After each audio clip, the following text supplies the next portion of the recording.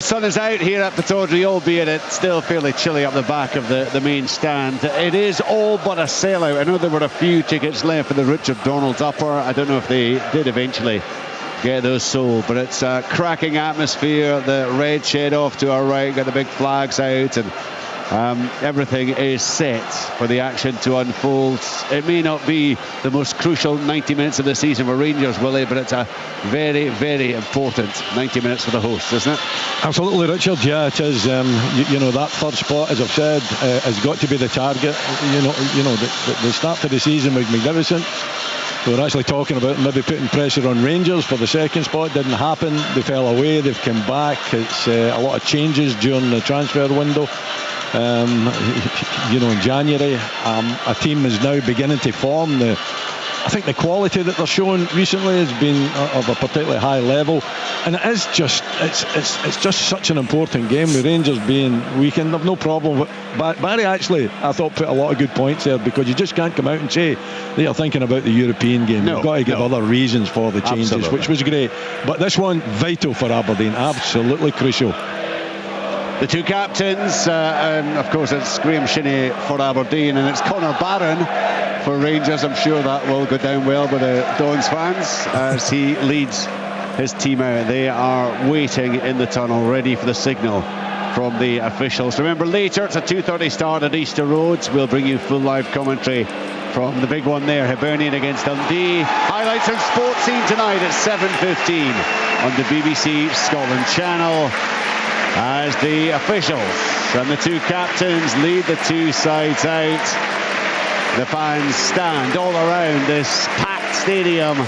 The noise level just gets cranked up a few decibels, and we are set for what should be, well, what always is a pretty special 90 minutes. Certainly the game here earlier in the season, remember coming along and sitting in the Richard Donald stand and watching that one, and the atmosphere that night was absolutely electric. Will there be something similar this afternoon? It is live on Sports Sound on BBC Radio Scotland. Aberdeen against Rangers in the company of Stephen Thompson, Willie Miller and Liam McLeod. Thank you, Richard. The sun has just crept behind the clouds in the skies above here in the Granite City, as the two sets of players exchange handshakes down there, and Conor Barron captaining Rangers today and receiving a welcome I'm sure he was expecting from the main stand, which you can hear in the background as he sprints away from the lineup in front of us with the match officials there, and shaking hands with the last few Aberdeen players. And when Aberdeen beat Rangers in the autumn here 2-1, Devlin and Morris scored the goals either side of a Bayrami counter. It moved them 9 points clear of their opponents after 10 games.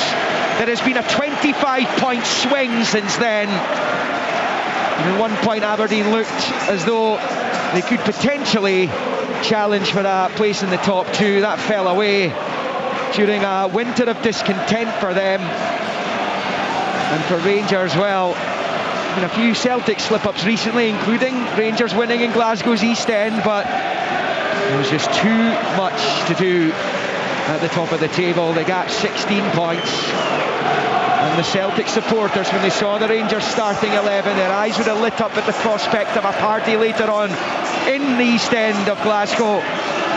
We shall see what transpires here at Pittodrie. The Aberdeen team's the same as the one that started last week. Doohan in goal, Jensen, Dorrington, Canuster, Shinney, Palaversa, Clarkson, Morris, Gay, Keskinen and Nisbet. For Rangers, Kelly in goal, Inciala, Fernandez, Proper, McCausland, Cortez, Barron, Curtis, with Bayrami, Igaman and Danilo. And plenty in there who haven't started for a long time for Rangers, who will kick off going from left to right in this first half. Aberdeen attacking the beach end, which they prefer to do in the second half generally, but it will be Oscar Cortez who knocks the ball back to Robin Proper, who was sent off so early on in that game the other night. It didn't prove as costly as we thought it might at the time, and it's a long ball. Igaman heading it infield, Palaversa nods it forward up to the halfway line, and Fernandez absolutely wipes Papi Gay out on the halfway line, and that will be a free kick to the home side as the red smoke billows from the Merkland Road end. Off to our right, the red shed, and it is just about a full house here in the first of the 2 Premiership matches this weekend. But Aberdeen, I want to get on top of Rangers immediately, particularly given the starting 11 that Barry Ferguson sent out, as Jensen from that free kick on the far side goes back to Dorrington. Clarkson and Palaversa can't control, and you don't need me to tell you when Connor Barron's on the ball as Proper knocks it out to that left hand side, and it's a long ball forward there by Nsiala up to the halfway line, which Clarkson will launch forward. That's going to come all the way through to Thursday night's hero Liam Kelly. Willie Miller. Well, it's a great atmosphere, isn't it, to Liam? You know, packed Pittodrie, the expectation of a home victory as well, I would imagine, amongst these fans, if not before they heard that team, certainly once the Rangers team was announced. But there's still a 90 minutes plus that has got to be navigated through, and Aberdeen on the attack right away. Topi Keskinen driving up to the edge of the Rangers box here, taking on Fernandez, rolls it out wide left for Gay. The left angle of the box, little low ball in for Keskinen again, trying to get back onto it, but Ross McCausland's there. He can clear, and out for a throw into Aberdeen on this near side, which will be taken by Graham Shinnie. About level the edge of the D of the Rangers box. And the Aberdeen left, and he bowls it short infield to Clarkson. He's lost out there to Danilo, who breaks back into the Aberdeen half for Knooster. To Dorrington and back to Knooster again. Stephen Thompson, I don't suppose you see it terribly often, but when you do occasionally see a weakened side come out against a team that's got so much riding on the match, it doesn't always follow the path you expect it to. I have to say, I've not seen it very often at all. A team with this amount of changes, a team that's never played together before, so it's going to be interesting just to see how they do. But as I said to Richard, I think there's an awful lot of attacking players in that Rangers lineup. Papi Gay goes for the spectacular from 25 yards. He pulls it well wide with the right foot past the left post. It will be a Rangers goal kick. Kelly will take it. Yeah, only the 9 changes, Tom away. I know, it's incredible. It is incredible, but as we said, it's an opportunity for these players to come in, especially for the likes of Finlay Curtis. What a moment for him. Yeah, and it could feasibly be 10 changes on Thursday night. Robin Proper won't be able to play, he'll be suspended. The entire outfield 10 for Rangers could change for that second leg in Basque Country, as Bayrami, who scored here earlier this season, picks up midway inside the Aberdeen half, giving it away as he was looking for McCausland. And now it's Papi Gay looking to slip it out to the right, but his pass was way too obvious. It's gone straight to Cortez. Now Danilo, Egaman to Danilo to Cortez, left hand side of the Aberdeen box, pulls it back, blocked by Palaversa, and the game's first corner goes to Rangers, 3.5 in. Well, that's Papi Gay. I mean, that's what you're talking about in terms of you're not sure what you're going to get from him. Easy possession for Aberdeen. It's a dreadful pass. Rangers then on the attack. A couple of little passes and they're in and goal, and it's pretty desperate, particularly when you feel that your midfield player, your number 10, has got easy possession, looking to build the attack. The defenders have got in their mind going forward, and Rangers are trying to hit them in the break. Very congested 6-yard box. Barron will take the corner in swinger with the right foot coming up from the Rangers left. They attack the goal to the right here. The referee's just having a word with a couple of players on the goal line as Rangers look to make the breakthrough here. Doohan stands in the centre of his goal, surrounded by players. In it comes. Gay heads it away to the edge of the box. Curtis was eyeing up a volley blocked by Palaversa. McCausland keeping this alive. Out to this right-hand side, but Nsiala's ball into the box, though, is way too close to Doohan, and he holds on. 0-0 here in the early exchanges at Pittodrie. He made up a little bit for the error of the misplaced pass that the Papa gave when the corner came in. Good defensive play from him, but Rangers are showing certainly intent, and as Tomo said earlier, a lot of attacking minded players on the field of play, so we could be in for an exciting 90 plus minutes. The real issue for Aberdeen this season is they've started games really slowly at times. I want to get on top of Rangers quickly if they can, as Shinnie knocks it up the line for Clarkson. Lovely little dink down the left hand touchline of Keskinen can get there, but he can't, and he was out for a throw in to Rangers midway inside their own half. But Stephen, Rangers have settled okay. Yeah, they have. I mean, when you look at their front three, I mean, we're talking about quality players there, players that cost a lot of money, and Igman and Danilo and Cortez. So the wee link-up play they had there that led to the corner was really sharp play. We go Shayden Morris. A loose ball from Rangers there. Morris out to the overlapping Jensen. Jensen goes down. It's come off him last and behind for the goal kick. And then the Rangers youngster Curtis on the far side. He did well there, and he tries to wave his arms at the Rangers supporters for their backing. Will be a goal kick here for the visitors, and Liam Kelly is over it. And he's taking his time, but an impression he made the other night. It was an eyebrow raiser when he was put into the team ahead of Jack Butland after Butland had performed so well over the two legs against Fenerbahce. But domestic blunders cost the Englishman. Kelly has the gloves again here, and he takes the goal kick right footed across the halfway line. It sails, flicked on by Cortez, looking for Danilo. Palaversa wins the header though, and Alexander Jensen plays it up the right hand touchline, and Nsiala meets it and dumps it into the south stand over on the far side. Yeah, no big chances, Liam, in the game. I know it is only like 7 minutes or so into it. Players are still finding their feet. And you're right, I think at times Aberdeen haven't started particularly prominently in the early part of games. And I really do think that this afternoon, this is a great opportunity for them to do that and try to pin Rangers down.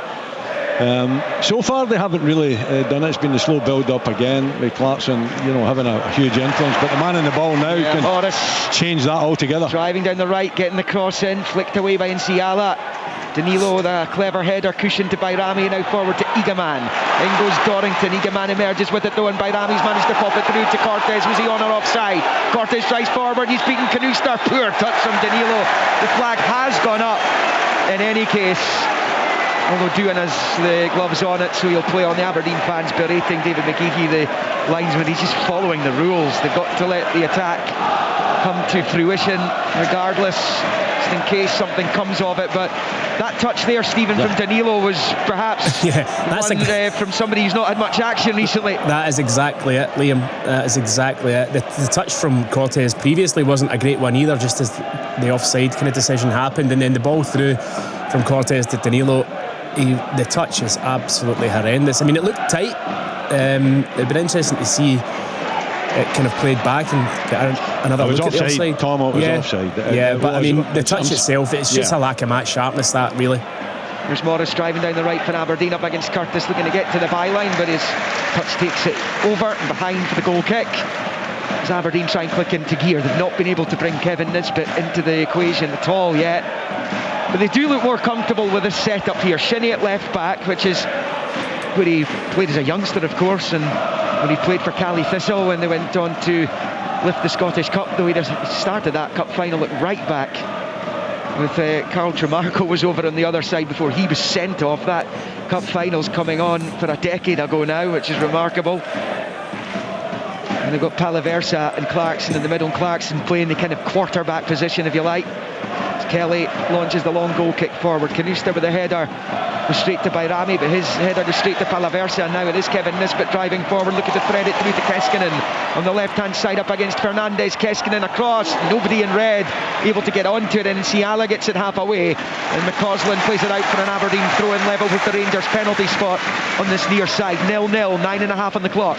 Tom, tell me why Papa Gay doesn't make a run to the near post there. Yeah, he should have. I mean, it was a wonderful pass from Nisbet to Keskinen. Maybe Keskinen should just look up and recognise it. Clarkson's ball in, it's too high for Morris, headed half away. Palaversa on the volley doesn't really catch it properly, and it comes right through directly to Liam Kelly, who holds on. Yeah, I mean, I was just saying maybe Keskinen should lift his head and recognise that there's nobody made up the space, but you're right, Gay should bust himself to get in there.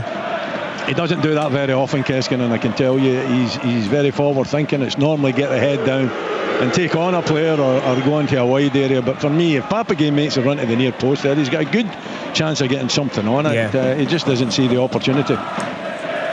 Rangers in possession with Fernandez. He's on loan from Lille in France. Plays it back to Proper and then out to Nsiala, whose last start came at Rugby Park. He had a nightmare, hooked early on. Rangers found themselves 2-0 down.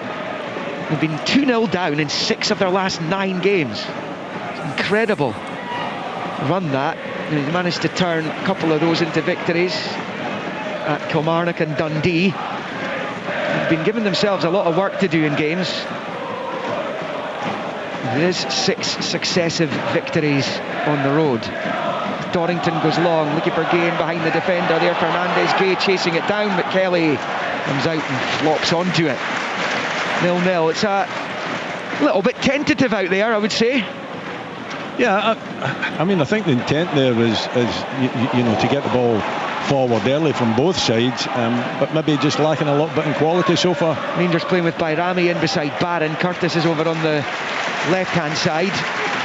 Yeah, we both got that one wrong, Liam. Yes. Well, there's no surprise that I got it wrong, Tom. Palaversa with the right foot ushers it out to Jensen on that right-hand side. Square ball to Palaversa. Looks up long down the right, looking for Morris. Looks like there's just a bit too much on it. It comes right through to Kelly. The two managers down there with the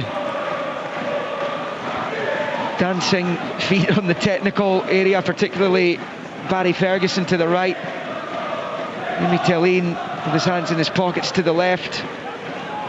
Ferguson kicks every ball still. Palaversa gives it away. It's onto the chest of McCausland. Challenged well by Keskinen though. Now Keskinen's driving forward, head down again. He's in behind McCausland. He's got Gay ahead of him. Nisbet arriving as well.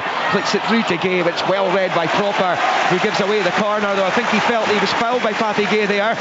It will be Aberdeen's first corner of the piece. It comes 12 minutes in at 0-0. I thought there was a little click on his heels. Didn't go down Proper by Gay, and I think that's why the referee didn't give the free kick. Keskinen, he's only one thing in his mind when he picks the ball up, and it tends to be he gets the head down and he goes forward. He's definitely a ball carrier. He gets you from one end of the park to the other, but once he gets there, he's just got to be a little bit calmer, get the head up and make better use of it.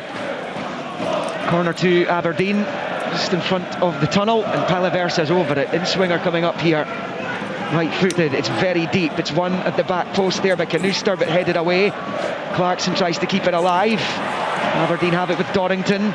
It's to the right-hand side of the Rangers box. Gets his cross in, comes off a Rangers head. It'll break to Palaversa on the left-hand side of the area, trying to get away from McCausland. A little back heel for Toffee Keskinen.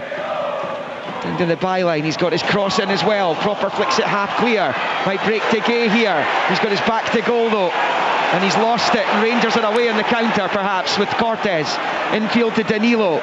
Sweeps it out to the right of the centre circle for Igaman. Challenged by Morris, who wins it back. By Rami. Picks up the scraps and rolls it back into his own half. Aberdeen in a promising attacking position there, and not for the first time in the game. Papi Gay gave it away. No, he hasn't found his form early in this game, that's for sure, and he's got himself into some good positions, but on that occasion there he dwells on it. The thing is, you can't give away possession like that, because the rest of these teammates are always are on the forward thinking mode. They're looking to coming from the set piece, and all your defenders are up as well, and he gives it away far too easily. And here come Rangers down the right hand side. McCausland too. I think Rangers players offside there is doing claims. Cortez and Igaman were both in an offside position when McCausland released the ball. There's no real reason for them to be as well. I mean, it just didn't time their runs well at all. Yeah, the thing is, I know you're saying that linesman's got to do his job, but in that occasion, Liam, you're talking about 3 yards in an offside position, 2 of them as well. So for me, I think you put your flag up when it's in your face like that. If it's marginal, then absolutely keep the flag down. Here's Palaversa, right of the centre circle. It's a long angled switch of play to the left, looking for Gay, headed away by McCausland, picked up by Shinnie. Looks up at the Rangers box. Nisbet decided to dummy it, but that's only resulted in Curtis emerging with the ball for Rangers as he moves into the midfield. Plays it short to Bayrami on the turn, and plays it back to Fernandez, to McCausland on this near side. And then Fernandez rolls it back to Robin Proper. That clumsy challenge that could so easily have cost Rangers the other night. He was initially yellow carded, upgraded to red after the VAR check. Dorrington plays it down the line, and then it's launched away by Curtis over the halfway line. Canusta gets a touch onto it. Now it's with Graham Shinnie, who steers himself away from Igaman and then rolls it back to Duan, who continues in the absence of Dimitar Mitov, who's still a couple of weeks away, I think. Clarkson's ball up the line for Keskinen was well read by McCausland. Rangers have it back now. It's with Danilo. Danilo looking to knock it to the right hand side of the box from McCausland, trying to keep it in play. He's managed to pull it back. Obviously the linesman thought it was still in, despite the protests from the Aberdeen supporters, but it was blocked, and then Gay's fouled by Fernandez on this near side, deep inside his own half, and it will be an Aberdeen free kick. 16 played, it is goalless. I think Rangers have looked okay. To be honest, the shape is looking very decent. Defensively, reasonably sound, and in the midfield they've used the ball well. And with the three up top, there seems to be plenty of options when the midfield do win it back. Still no big opportunities for either side though. No real bite about the Aberdeen performance yet either. And there's another long ball from Dorrington which misses both Jensen and Morris, and Sales behind for a goal kick on the other side of the pitch there. I'm surprised that Aberdeen haven't been more aggressive, to be honest with you. When you look at the lineup, and as we spoke before the game, I thought they'd get right after Rangers. It's been passive from them, hasn't it? Yeah, it's a back three that have never played together, that haven't had a lot of football. It's two kind of wingers playing as wing backs, if you like. I'm expecting Aberdeen to put Rangers under a lot more pressure than they are doing. But I agree with Willie. I think considering this team hasn't played together at all, then the Rangers are doing fine just now. Goal kick from Kelly. This right hand side touchline breaks off Keskinen to Clarkson to Nisbet, and now with Shinnie just inside his own half. Up the line for Keskinen again. Keskinen driving at the Rangers defence here. It's opened up for him, but then it was closed down. It's picked up by Morris in the box. He shoots just wide. Big chance for Shayden Morris, and he's on all fours there, staring at the goal frame, which he missed there on the reverse side. Squirms by, and it stays Aberdeen 0, Rangers 0. Yeah, he's a little bit unfortunate. I think it came to him very quickly. Keskinen again prominent, and Morris having to really try to control the ball facing his own goal. He manages to get it so that he can run onto it. He just tugs it past. It goes by maybe about a yard or so it hasn't really threatened the goal, but at the same time, the movement was good from Keskinen, and Morris did really well to manage to conjure something out of a situation. He should hit the target for me, Willie. I think so, yeah. Yeah, I mean, his take's brilliant. The way change for Rangers, for Rangers. Fernandez is going to have to be subbed off here. The Rangers do have a really strong bench. They've got Tavernier and Suter, who can both come on potentially. Sorry, Stephen. Yeah, I was just saying it was a brilliant take from Shayden Morris, but Liam Kelly does really well to kind of rush out and make him rush his finish. But for me, he's got to be hitting the target there. I thought he could have tried the dink over Liam Kelly, but he just dragged his shot wide of the post. Best chance of the match by a mile. He scored a fabulous goal in Dingwall last week to beat Ross County, did Morris, who was the match winner against Rangers as well on their previous visit here. It was a comfortable 3-0 Rangers victory when they met at Ibrox during Aberdeen's troubled winter. But this is a change they're going to have to be forced into making here, and Rafael Fernandez is going to be replaced. Yeah, and Tavernier will be the man to come on. Tavernier's got more goals against Aberdeen than he does against anyone else in his career, but he's going to have to come on and do some defending. So this isn't ideal for Barry Ferguson, because James Tavernier is going to be one of his key men on Thursday night in Bilbao. But they do have that strong bench, Willie, and it's they do. Fernandez comes off, and it's a good replacement. I think you can be overly cautious as well, and yeah, I can see the finger being pointed to Barry Ferguson if he plays his strongest side and he gets one or two injured. But at the same time, you can't wrap them in cotton wool completely, and if you've got an injury to deal with, then you've got to put on an experienced player and trust them to try and stay as much as possible out of the injury zone. Do nothing daft either, but you just can't protect them, all your players, forever. It just doesn't happen in football. Sometimes you've just got to make the decision at the time, and unfortunately for Barry Ferguson, he's had to do that. Conor Barron surrendering the armband after 20 minutes. Tavernier has it now as Morris picks up, game on again here, back down the line to Palaversa, midway inside his own half. And back to Jensen. Athletic Club play Rayo Vallecano in La Liga this evening. That's an 8 o'clock UK time kickoff. Not sure if their manager will be, Ernesto Valverde will be making as many changes as Rangers have today, as Clarkson picks up and squares it to Dorrington. This game yet to catch fire. One real opportunity spurned by Shayden Morris for Aberdeen, as Nisbet picks up, flicks it forward with the outside of the right boot to Gay, gives it straight back to Nisbet, who rolls it into the centre circle for Palaversa. Out to Jensen on the far side. And back to Palaversa. It's a chip ball forward, headed away by Tavernier. And Jensen exchanges passes with Palaversa. It's back with the Croatian, who rolls it into his own half for Dorrington.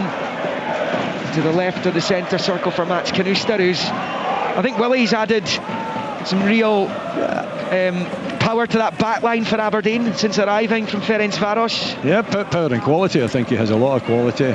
Reads the game well, very decent defender, but uses it extremely well. That left foot of his is very accurate with any kind of a longer pass as well. I think he's been a real addition to it. He goes quietly about his business, I must say. He doesn't exaggerate anything, but I think he's got quality. Shinnie driving down the left of the Rangers box here. McCausland with a slide challenge, gone behind for the corner. McCausland thinks that should have been a goal kick, but Aberdeen do have the corner.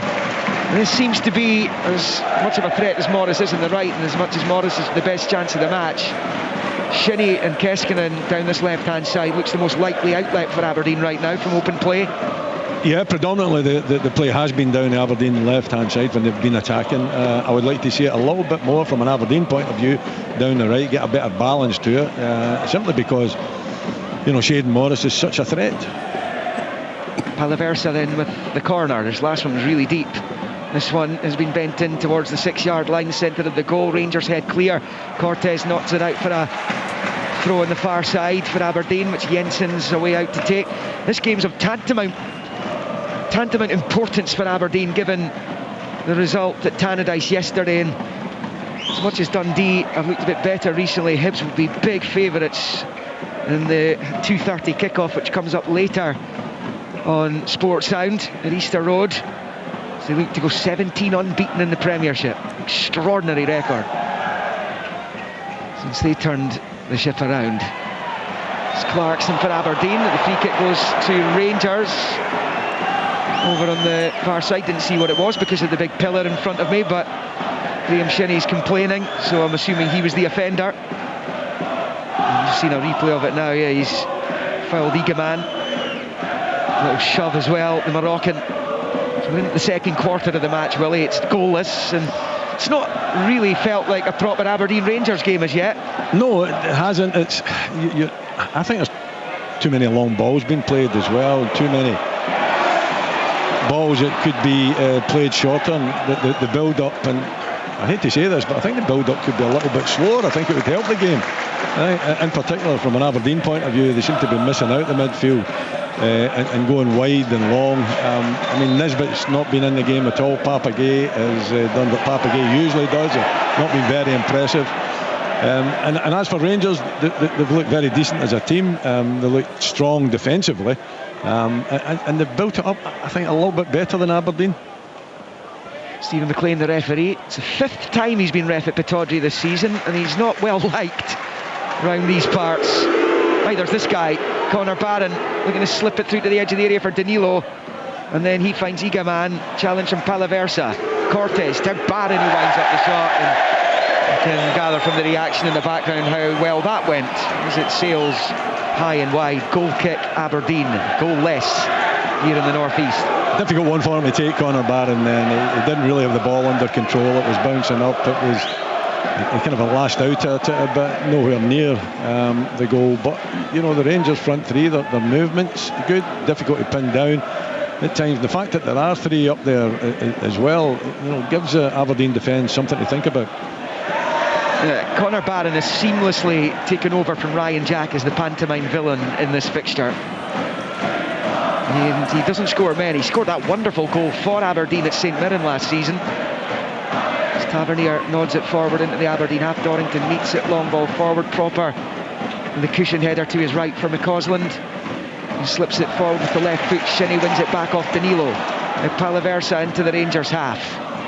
Rolls it out to Keskinen. Shinnie trying to get into a good bit of space ahead of him. And then McCausland with the foul on Shinnie, and Aberdeen have a free kick level with the Rangers penalty spot. It's a yard or two from the main stand side touchline. Stephen Thompson. Yeah, it's a silly foul from Ross McCausland. It was again down that left-hand side, as you rightly point out. It's where Aberdeen's most of their attacks have come. Shinnie overlapping Keskinen. The ball wasn't great from Keskinen, but Ross McCausland just diving into the back of Graham Shinnie, and it's a really good opportunity to put a dangerous ball into the Rangers penalty box now. And Palaversa stands over it. One man Rangers defensive unit there of Ross McCausland. He's 10 yards back. The referee's happy with it. Plenty in the box here. Rangers have everyone back to defend this. Did plenty of that the other night. Palaversa with it. Oh, it's dreadful from Palaversa. This is not the kind of ball that you would expect from somebody who once cost £6 million. Well behind, and it would be a goal kick. Crowd of 18,863 here. Yeah, it's an unusual delivery. He's normally pretty accurate. He tends to whip them in with a bit of curl and make it really difficult for defenders to defend against. But I think that's the worst of the season. That I've seen him deliver into the box. Well, I don't even know. It wasn't into the box, was it? It was right out of the park. Yeah, didn't even, yeah. But it's not difficult to miss the box either, you would think. But there you go. And Shinnie's misjudged that as Rangers come forward. Cortez inside the box, goes for goal, but Doohan holds on. It's a shot on target for Rangers. Communication, isn't it? I don't think Graham Shinnie should be in there. He should be just dropping off a little bit and allow Dorrington to take control of the situation. Palaversa rolls it out to Shayden Morris on the right. Jensen on the underlap there on the far side. Morris trying to go round Curtis. Curtis defends it well, but Morris knocks it back to Jensen. It's in towards Gay. There's a claim there as well, potentially, as it bounced back off a Rangers defender. Aberdeen continue with Keskinen. Left-hand side of the box. Looking to get to the byline. He'll have to set up at the corner. And bounces off McCausland. Aberdeen 0, Rangers 0, almost in 28. I don't think Patrick is that far away from getting something on it. Morris curls it into that near post. For me, Jensen, I don't know why Jensen is going beyond Morris. You would think, just leave him, allow the space for Morris to occupy behind the defender, Curtis, and you go into that space, shouldn't go there. Clarkson takes this corner. It's swept away though. Initial header, and then Cortez appears at the edge of his box. Picked up by Jensen just inside the Rangers half. Now to Morris on the left, and down the left touchline for Clarkson. Flicks it forward with the outside of the boot to Shinnie. Shinnie's managed to get away from Tavernier, smashes it in and over the bar from Karuster. He's got the goal gaping in front of him, and he's put it over. It stays Aberdeen 0, Rangers 0. It's the wrong man in the right place there. What happened to that left foot? I was just speaking about it earlier. And what a chance that is. All he has to do is keep it below the crossbar, and surely it's a goal. I mean, he gets into a fabulous position. Shinnie brilliant with the cross. You're only talking 6 yards out. If you meet it properly, if you just keep it low, it's a goal. There's no doubt about that. He doesn't. He's leaning back. He puts it over the bar. It's brilliant from Graham Shinnie. Graham Shinnie does ever so well down the left-hand side. The ball in is inch perfect. He's just got to get any type of contact on it and put it towards the goal, as Willie rightly says. 6 yards out, and he gets it all wrong. The wrong man in the right place. Yes, thanks for sorting that out for me, Liam. I'd already said that anyway. Have you? Okay. Here comes Dorrington down the left, rolls it with the right. He's been wiped out by McCausland. Aberdeen have an advantage here with Keskinen. Keskinen up towards the edge of the box, goes down. Stephen McLean is going to give Aberdeen a free kick here. Barron with a challenge, and Keskinen. McCausland was there too. And James Tavernier having a word with the referee. This is going to be another set piece opportunity for Aberdeen, who have looked a bit better just these last 5 minutes as we tick towards the half hour. I think a yellow card's being shown to Ross McCausland as well for that. He's had a couple of fouls. As Leighton Clarkson stands over the free kick here, just to the left-hand side of the penalty area, just round about the angle. He's put it about a bit, hasn't he, McCausland? He deserves a yellow card. A couple of really strong challenges. And it's an opportunity. Clarkson maybe fancies a little go at the goal himself. Perhaps it's an awkward kind of a position, but hey, I would think that the young man is capable of, trying to get that in between the sticks. Clarkson waits. It's remember James Maddison scoring a late winner against Rangers for Aberdeen. It's further to the left of the box than that, and he has gone for the post. There he scores! Wonderful free kick from Clarkson. Liam Kelly dived to his right, he got a touch, but it's ended up in the back of the net. It's a wonderful executed free kick by Leighton Clarkson, and it's Aberdeen 1, Rangers 0. He's capable, he's absolutely capable. Not the best of angles for him, but as I said, worth taking on. And he just picks his spot. That is perfect, that is postage stamp. Kelly goes across the goal, he gets a hand on it, but not enough to keep it out the back of the net. But for me, Leighton Clarkson, he's at that stage now in the season, probably his career. The confidence is high, he's playing passes all over the pitch as well. He sees the opportunity. Young man, go and take it and hit that postage stamp, and he does exactly that. It's a brilliant finish from Clarkson, and Stephen Willie had just said he's got the quality to take on the shot from there, and he has executed it perfectly. It's an unbelievable free kick, it really is. Such a difficult thing to do, to get the ball from that angle up and down and into the top corner. Liam Kelly at full stretch manages to get a glove to it, but it was hit so well. I mean, it's outstanding from Leighton Clarkson, who's really come onto a strong game recently. I just said, Willie, it just felt that Aberdeen had upped the ante just in the last 5 minutes or so. Yeah, exactly, and causing problems, even though it's down the left-hand side, definitely causing problems after problems down this Aberdeen's left-hand side, and McCausland rather rash. He'll be looking back at that, and does he have to put the challenge in? I don't think he has to put the challenge in. Right. Stephen McLean's awarded Aberdeen a free kick, and the Dons fans, indeed the players, complaining because Keskinen had actually gotten away from the challenge and was driving forward, and Aberdeen probably should have been given an advantage there. Ref maybe a bit too quick with the whistle. As Palaversa picks up. So Aberdeen in front here, and as it stands, Celtic will be crowned champions today. If it's a draw in this game, it's all but done.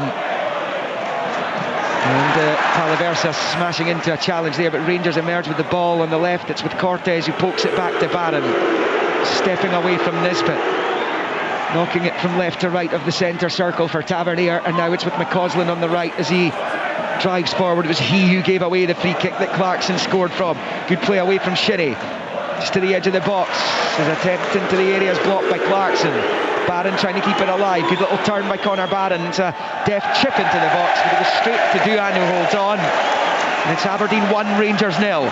Aberdeen looking to beat Rangers twice in one season at Pittodrie for the first time since 05-06, when Jimmy Calderwood was in charge. They have beaten them more than once in a season, but it's either been at Ibrox or Hampden as well as here. As Dorrington fires the ball from the right to the left, it's gone straight to McCausland, and now it's gone to Danilo. Danilo looks up, looking for Egaman, cut out by Jensen, who finds Dorrington, who goes back. Palaversa then to his goalkeeper. Long ball from Duhan, a header from Curtis, drops into the midfield, and Barron has it here as he knocks it back to Tavernier. Into Bairami. Rangers trying to steady themselves after the concession of that goal. And slip to the left for Nsiala. Walking pace. And then he almost showed too much of it to Morris. He gets away with it. Nsiala clips it forward. Shinnie with the header away. Wakes to Papi Gay. Now it's with Nisbet looking for Morris wide on the right. Morris is going to get onto it here. Gay and Keskinen getting into the box. He's gone himself, and wide it goes. Kelly again at full stretch. He didn't need to make the save because it's gone behind for the goal kick, but it's outstanding wing play by Shayden Morris. It's exactly what he gives you. He's dragged it across the face of the goal and wide, and it stays 1-0 to the home team. Yeah, maybe he could have possibly taken it on, but I took towards the byline rather than taking the shot on. But at the same time, I can understand why he takes the shot on. Maybe like the last time where Tomo pointed out that he should be hitting the target. A save from that. You've got Papagay. You've got Papagay following up as well. If he gets that in target and Kelly palms it back out, then Papagay's got a chance. of slotting into the back of the net. So yeah, maybe the same problem from Morris, but hey, that pace it's electric. He's so dangerous. He's such a dangerous player, isn't he? Absolutely. I mean, I think that one was obviously a bit more difficult, an opportunity, and he kind of hits it into the ground and drags it a wee bit. But you look at all the big chances in the match, they've all been for Aberdeen. That one wasn't as big, but you've got the Canister one and then Shane Morris's earlier one. They've certainly been the more creative team in this game. Leighton Clarkson's 7th goal of the season separates the teams right now. Rangers have a free kick. Tavernier lumps it into the box, but it's all the way through to Duan, who's going to bowl it out quickly to Papi Gay's not going to find him, though. Barron gets there first and goes back to his keeper. It's Kelly at the edge of his box, plays it short to Tavernier, who's now driving up towards the halfway line. Rolls it to Nsiala to his left. Low ball to Curtis on the far side touchline. And there's a big afternoon for the 18-year-old for Rangers, wearing the number 52 out on the left. Here's McCausland picking it up from Barron on the right. Keskinen trying to stay with him. Shinnie wins it back off him. As I mentioned earlier, he's seamlessly slotted back into that left back role. As Clarkson collects, moves back towards his own box and then squares it to Dorrington. Dorrington up towards the halfway line, right of the centre circle. It's a big switch looking for Graham Shinnie. McCausland had to get there and does, and nods it back to his keeper. Too many of these type of balls from Dorrington in my book. He's struggling to find the red jersey when he looks up and plays the 40-50 crossfield passes. He's got Jensen on the outside. Just roll it to Jensen and go and support him. You would have thought that would have been the message coming from the manager.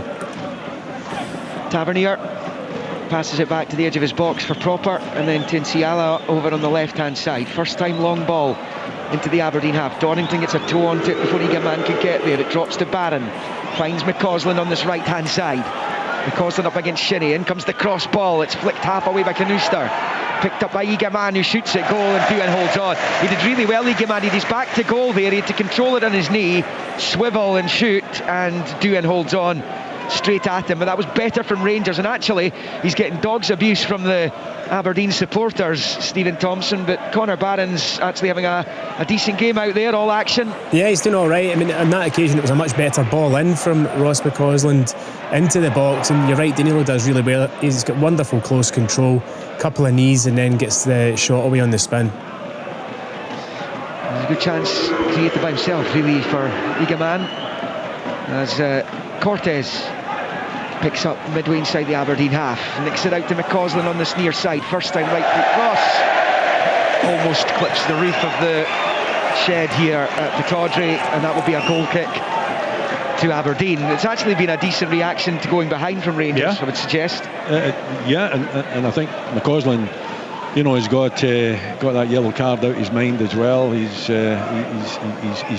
calmed himself down a bit, eager to get forward, and at times Graham Shinnie struggles a little bit, unsure whether to go and compete with him or drop himself off. He let himself down on that occasion because it was just a dreadful cross from the wide area. But Rangers settled down again after losing that goal. What a magnificent goal it was, and still passing the ball, still looking to get forward, still looking to create. Here goes Keskinen driving down the left, looking again behind McCausland. He's already been booked, and Rangers could be about to be reduced to 10, and McCausland gets his second yellow, and Rangers go down to 10 men. Keskinen got goal side of him, and he's been hauled down, and Ross McCausland is ordered off, and Rangers already behind. We'll have to play the remainder of this match a man down.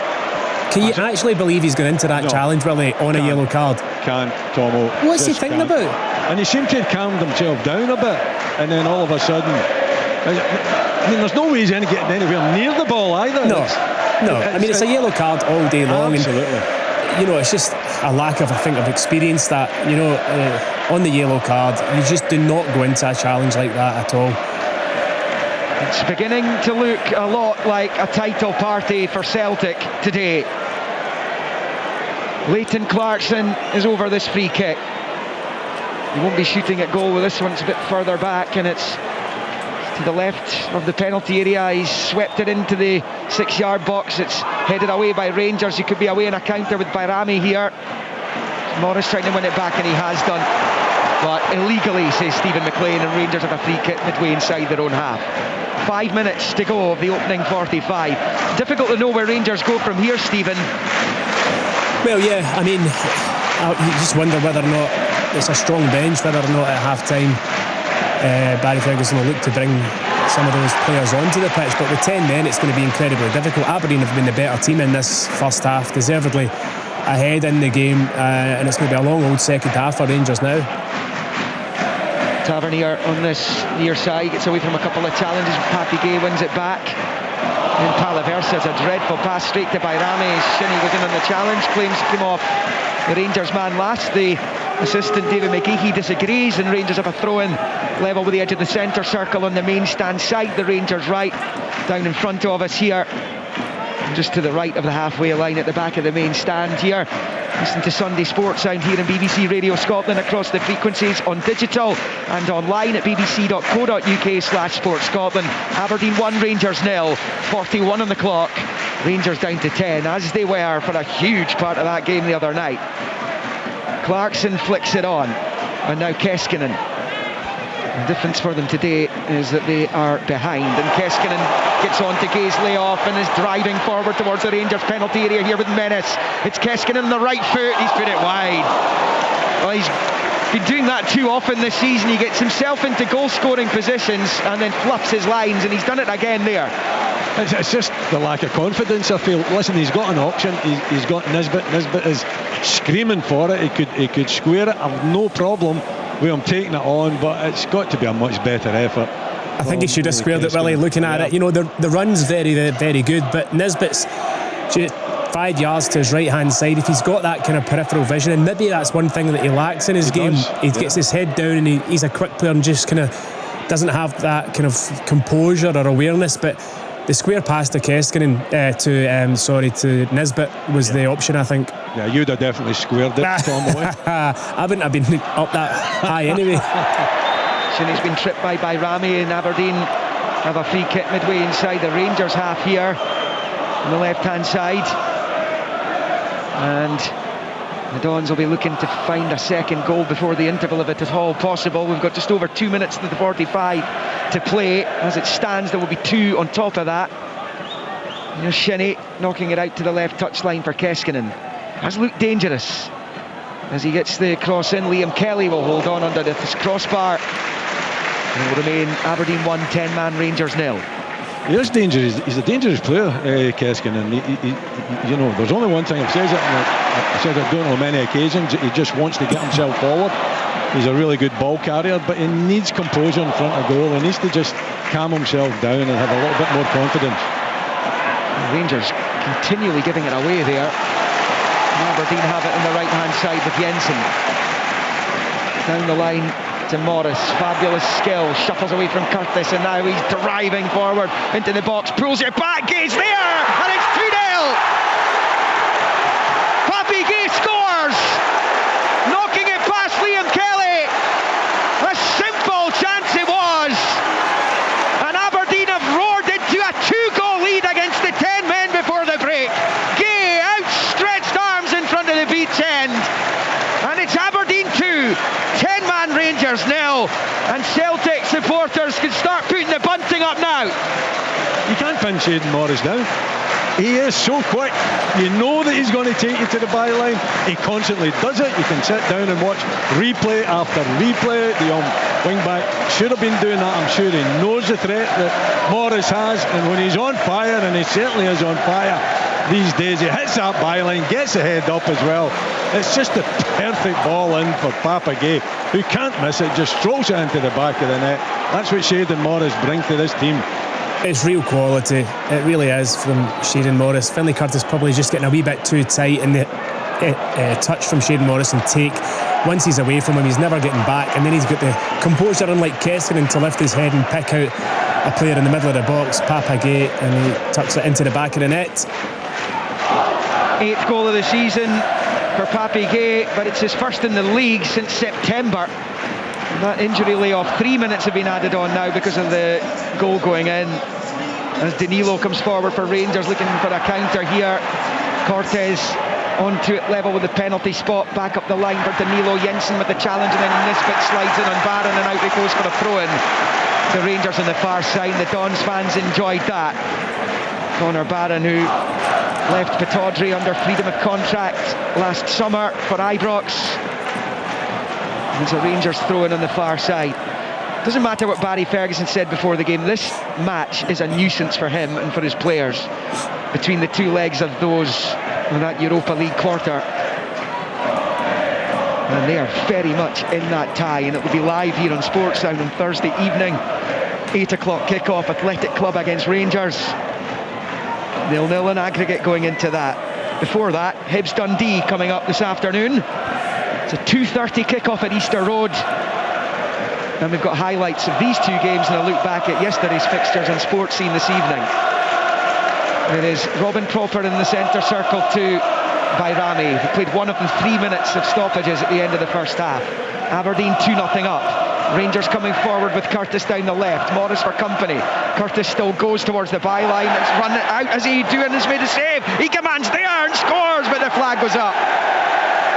Hamza Egeman. He's got his arms outstretched and he's looking for answers here. The flag went up as soon as the ball hit the net. I did wonder if Curtis had managed to prevent it from going over the byline initially. It looked tight, didn't it? It's another one of these Maeda ones, I'm telling you. It is, isn't it? It's really tight, and it's got to be the whole ball, as we know.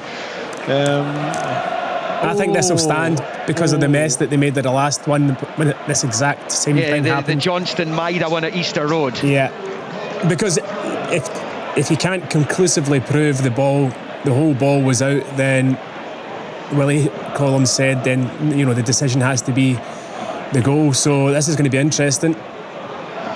Graham Shinney's in dialogue with Stephen McLean just now, but the VAR team headed up by Andrew Dallas this afternoon are currently checking this one. It was good play from Finlay Curtis, you have to say. Well, the goal's going to be ruled out. It's going to be a goal kick, so this isn't going to stand. So no goal. Interesting. Well, they must have been able to prove it was out then. So they stick with the on-field decision in that case. They can't conclusively. No. I'm telling you now, this is another one of these examples. We're just watching it again. I mean, the majority of the ball is out, but as we know, it's got to be every part of the ball, and that's a really tight call. No, you can't tell. I can't tell. So maybe somebody in the VAR centre can tell. But from those replays, it looks as if it might be out. But so did the Maeda one. Seemed quite comfortable with the decision that they came to there. As Tavernier goes back to Liam Kelly, launches it forward up to the halfway line. He played the 3 minutes of stoppage time, but obviously it'll be another minute on top of that. Here's Nisbet trying to get ahead of Barron. He goes down.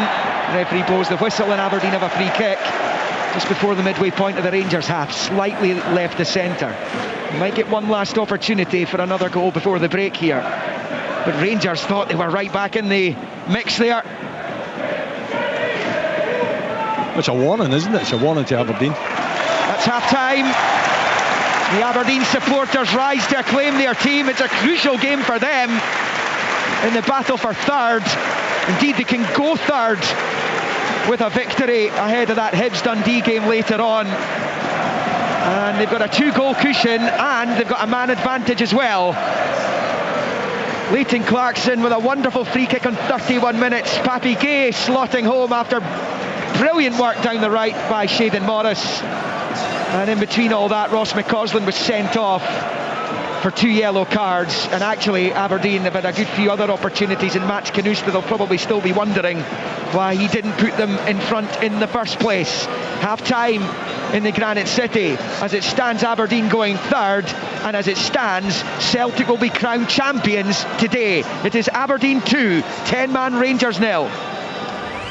On digital radio, FM, online at BBC Sports Scotland, your smart speaker, and on BBC Sounds. This is Sports Sound from BBC Radio Scotland. There's no substitute.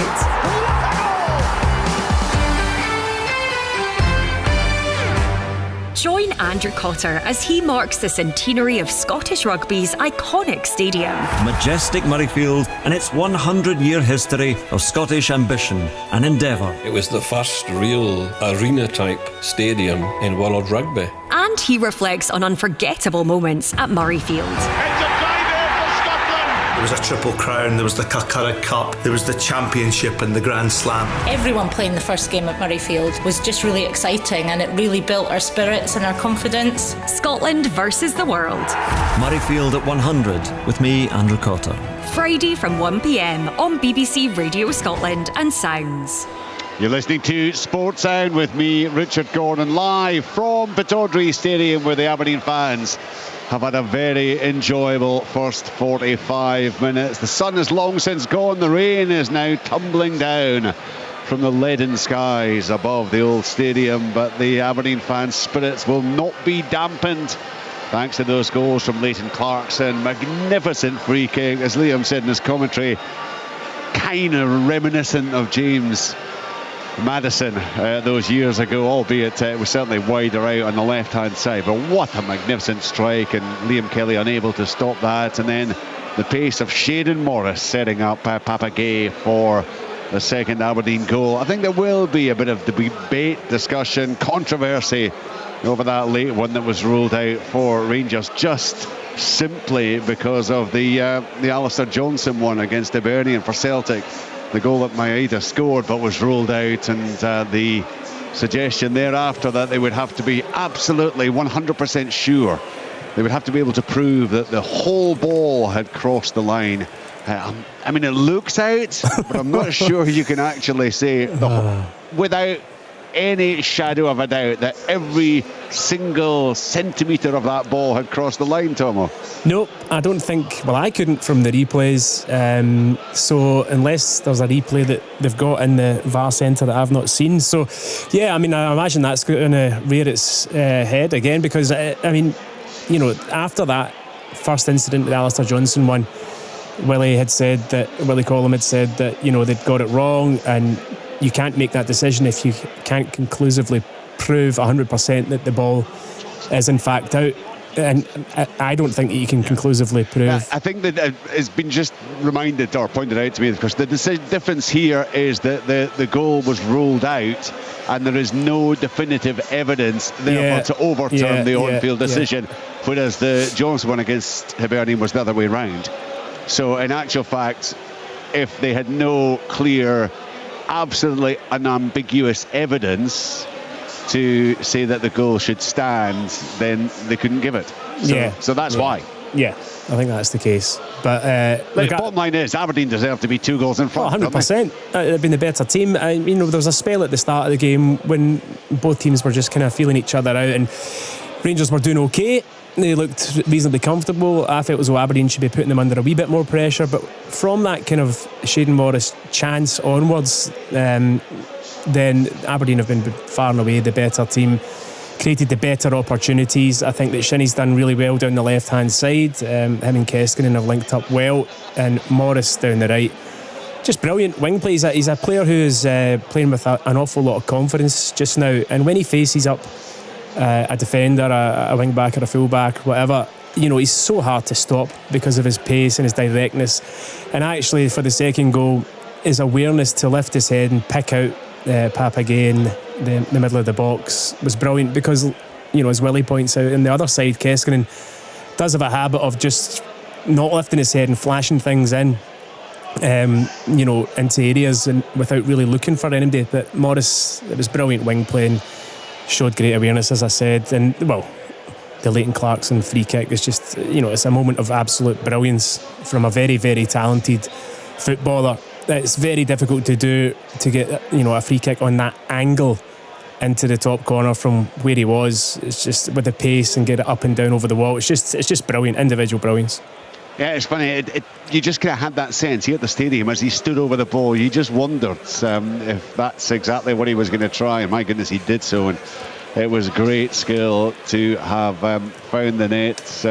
Gay made it 2-0. And of course, by that stage, Rangers down to 10 men. Just a moment of madness from Ross McCausland. Yeah, I mean, he was being aggressive from the start of the match. A couple of fouls, and then obviously got the booking. So when you're in that situation, you know yourself that you just don't even go into challenges if you're on a yellow card. I think it's naive. I think it's a lack of experience. that's drawn them into the challenge. But the challenge itself was a really poor challenge. I mean, it wasn't even like any decision to be made by Stevie McLean. It was so obviously a yellow card, and Rangers were struggling at that point with 11, with 10, 2-0 down at half time. It should be game over. Rangers, we spoke about beforehand, making all those changes, and the point you made about the number of those players lacking game time. And we've seen that. I mean, the likes of the likes of Danilo and Cortez in particular, their touch at times has been really, really poor. Yeah, it has been, and that just this match sharpness. They are three players that do have good ability. They're three players that their movement at times has been good, but they're just not match sharp. They're just not on it. And you look at the rest of the Rangers team, as I mentioned before the game, predominantly it was attack type players. You've got Rami playing centre mid alongside Connor Barron, and it's not where he really wants to play. He likes to play as a 10 higher up the pitch, but for me, that's not really working all that well. Obviously, Fernandes having to go off as well for Rangers. I didn't actually see what the injury was. Like maybe muscular again, not having played a lot of football. So big problems for Rangers. But at the end of the day, with the team that they selected coming into the game, then you've got to say they weren't prioritising today's game. And as I said before the game, looking at the teams on paper that I fancied Aberdeen, and they fully deserve to be 2-0 up in this game and in complete control at this minute in time. The game early in the season where the Aberdeen were in complete control, but missed the penalty and then almost sent Rangers back into it. It's a different scenario this afternoon against the 10 men, against this particular Rangers team, and with Aberdeen knowing exactly what lies ahead for them potentially. It should be, Richard, yeah. I mean, it should be pretty straightforward in the second half, but if Rangers did manage to get one back, then it could possibly test Aberdeen. But, when you've got the extra man, when you've got that, when you're in the ascendancy, you've got a 2-goal lead, surely, they can manage this game. I hope they don't go and try to manage it in a negative way.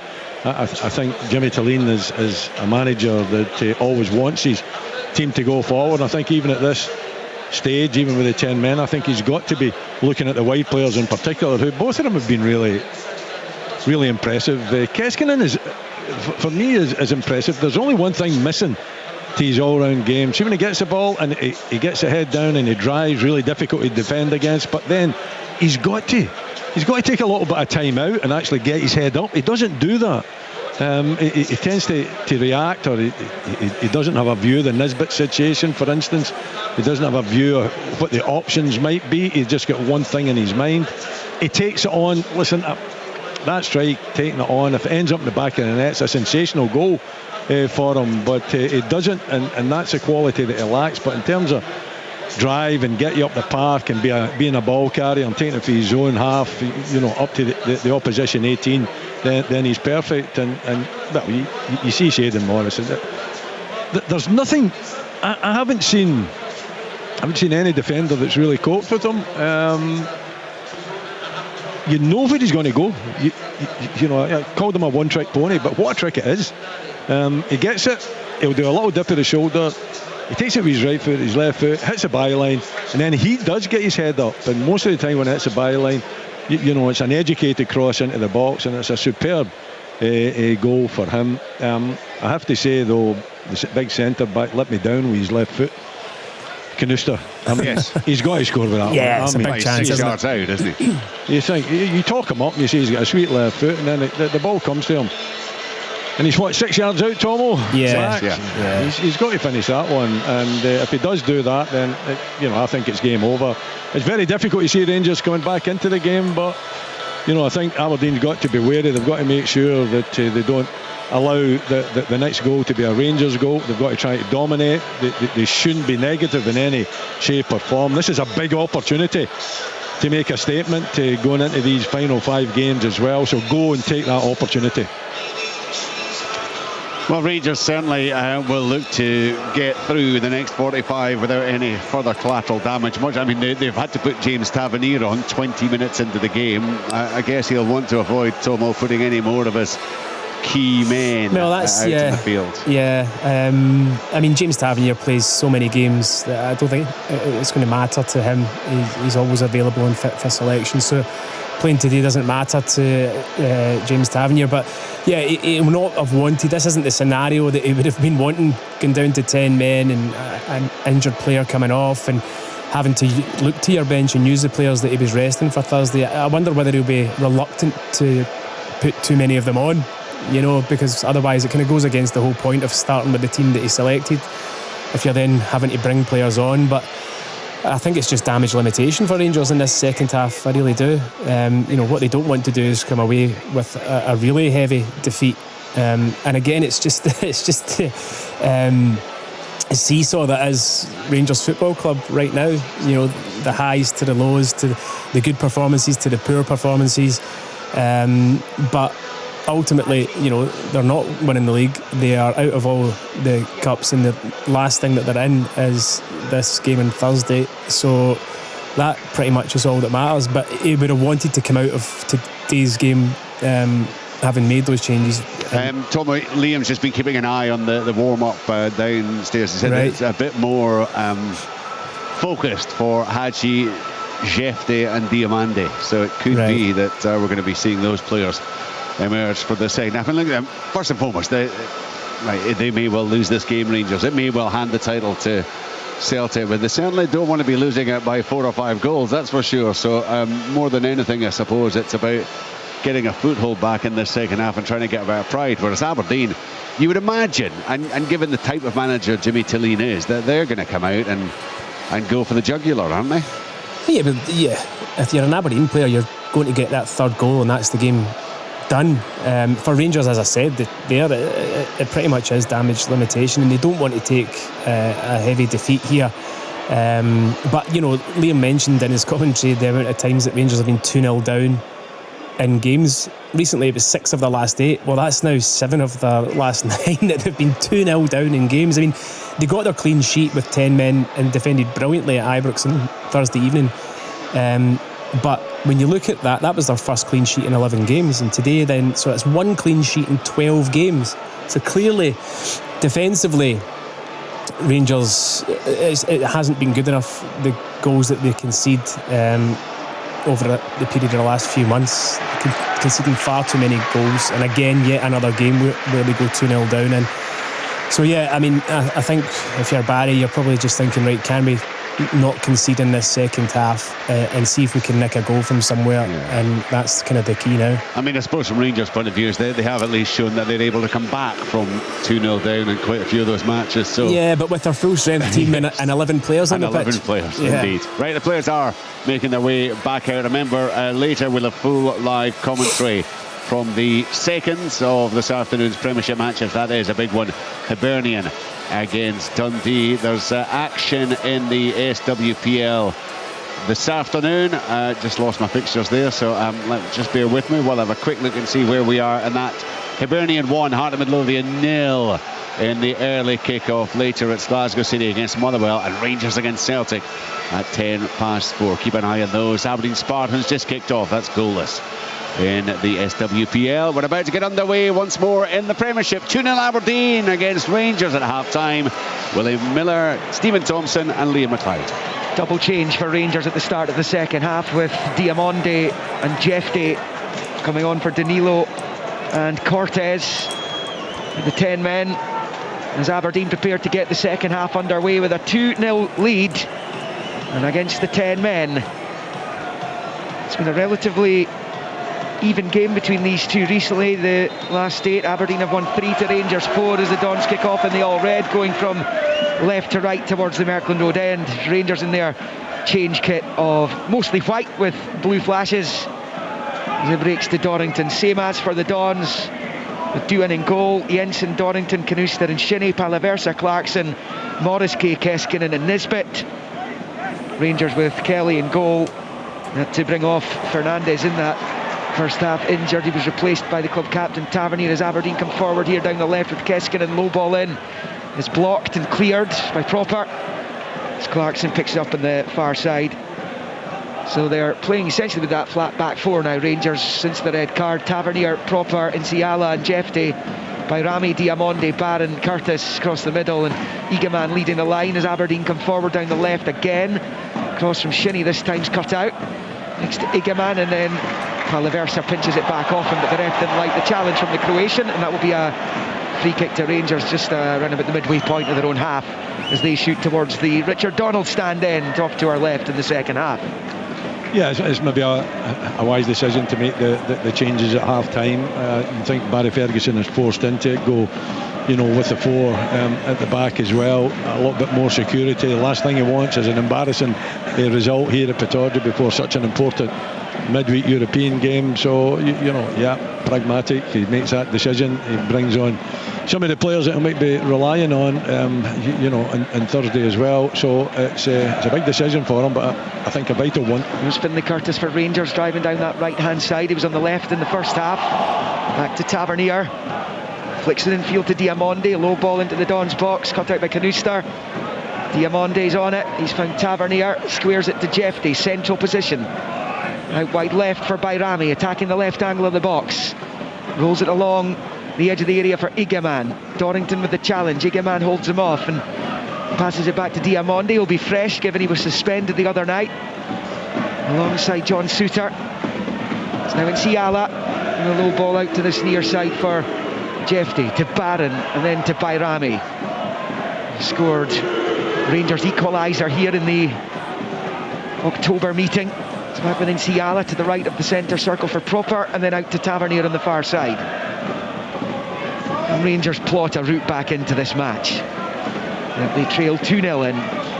Nsiala out to Jefte on this near side. He's given it straight to Morris though, and now it's Gay. He's going to go for goal himself with the left foot, but it's a comfortable save for Kelly.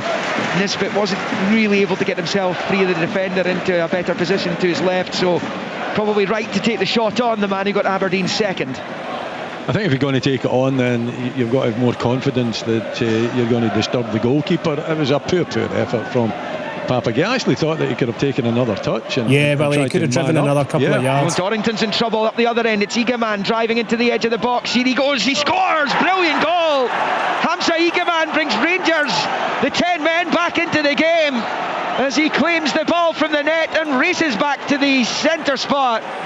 And Egeman, he was denied at the end of the first half, has brought Rangers back to within one. Aberdeen 2, Rangers 1. And this is all about Dorrington making a mess of it.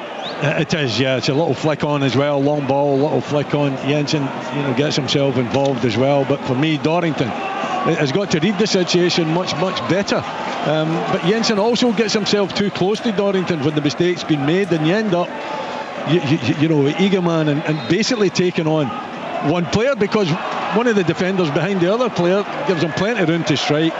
It's out of nothing. It's poor defending, but a magnificent finish from Egeman, absolutely. Stephen? Yeah, it's really poor from Aberdeen's point of view. The next goal in this game was going to be vital, and now that Rangers have got it gives them something to go and look forward to in the game, because if Aberdeen had scored the third, it was game over. But Rangers' tails will be up now. It was poor from Aberdeen. The first contact, they don't win the header, and then Dorrington and the recovering defenders make a real mess of it. And Bayrami's looking for Egeman again, in behind Canuster. This time it's too close to do, and he comes to the edge of his box. Aberdeen could get jittery now. That's going to be a concern for Jimmy Tillene down below us, but Barry Ferguson, that goal has given his players belief that this game is far from over. As Jefte knocks it back onto the halfway line for Nsiala, who finds Proper. And what Tillene would not have wanted was the 10 men to have any kind of encouragement. Well, a goal has given them all kinds of encouragement now. Yes, indeed. And to be fair, Barry's made the changes. It's worked for him. He's got the 4 men in midfield now, just the one up top, and Aberdeen can't take care of the one that's up top. So these changes at half time have worked a treat for Rangers. Here's Morris down the right though for the Dons. So the Rangers box gets it in, but Kelly will claim in the 6-yard area. He flops down onto it. Aberdeen 2, Rangers 1. And it's in the gloves of Liam Kelly. He's taking his time over this, but It's a good finish by Eagleman. Even though it's an absolute mess from Alfie Dorrington, Eagleman still had a lot of work to do to find what was his 14th goal of the season. And it's game on again here, and there's Palaversa giving it straight to Eagleman, who goes for a goal from a long way out and goes behind for the goal kick.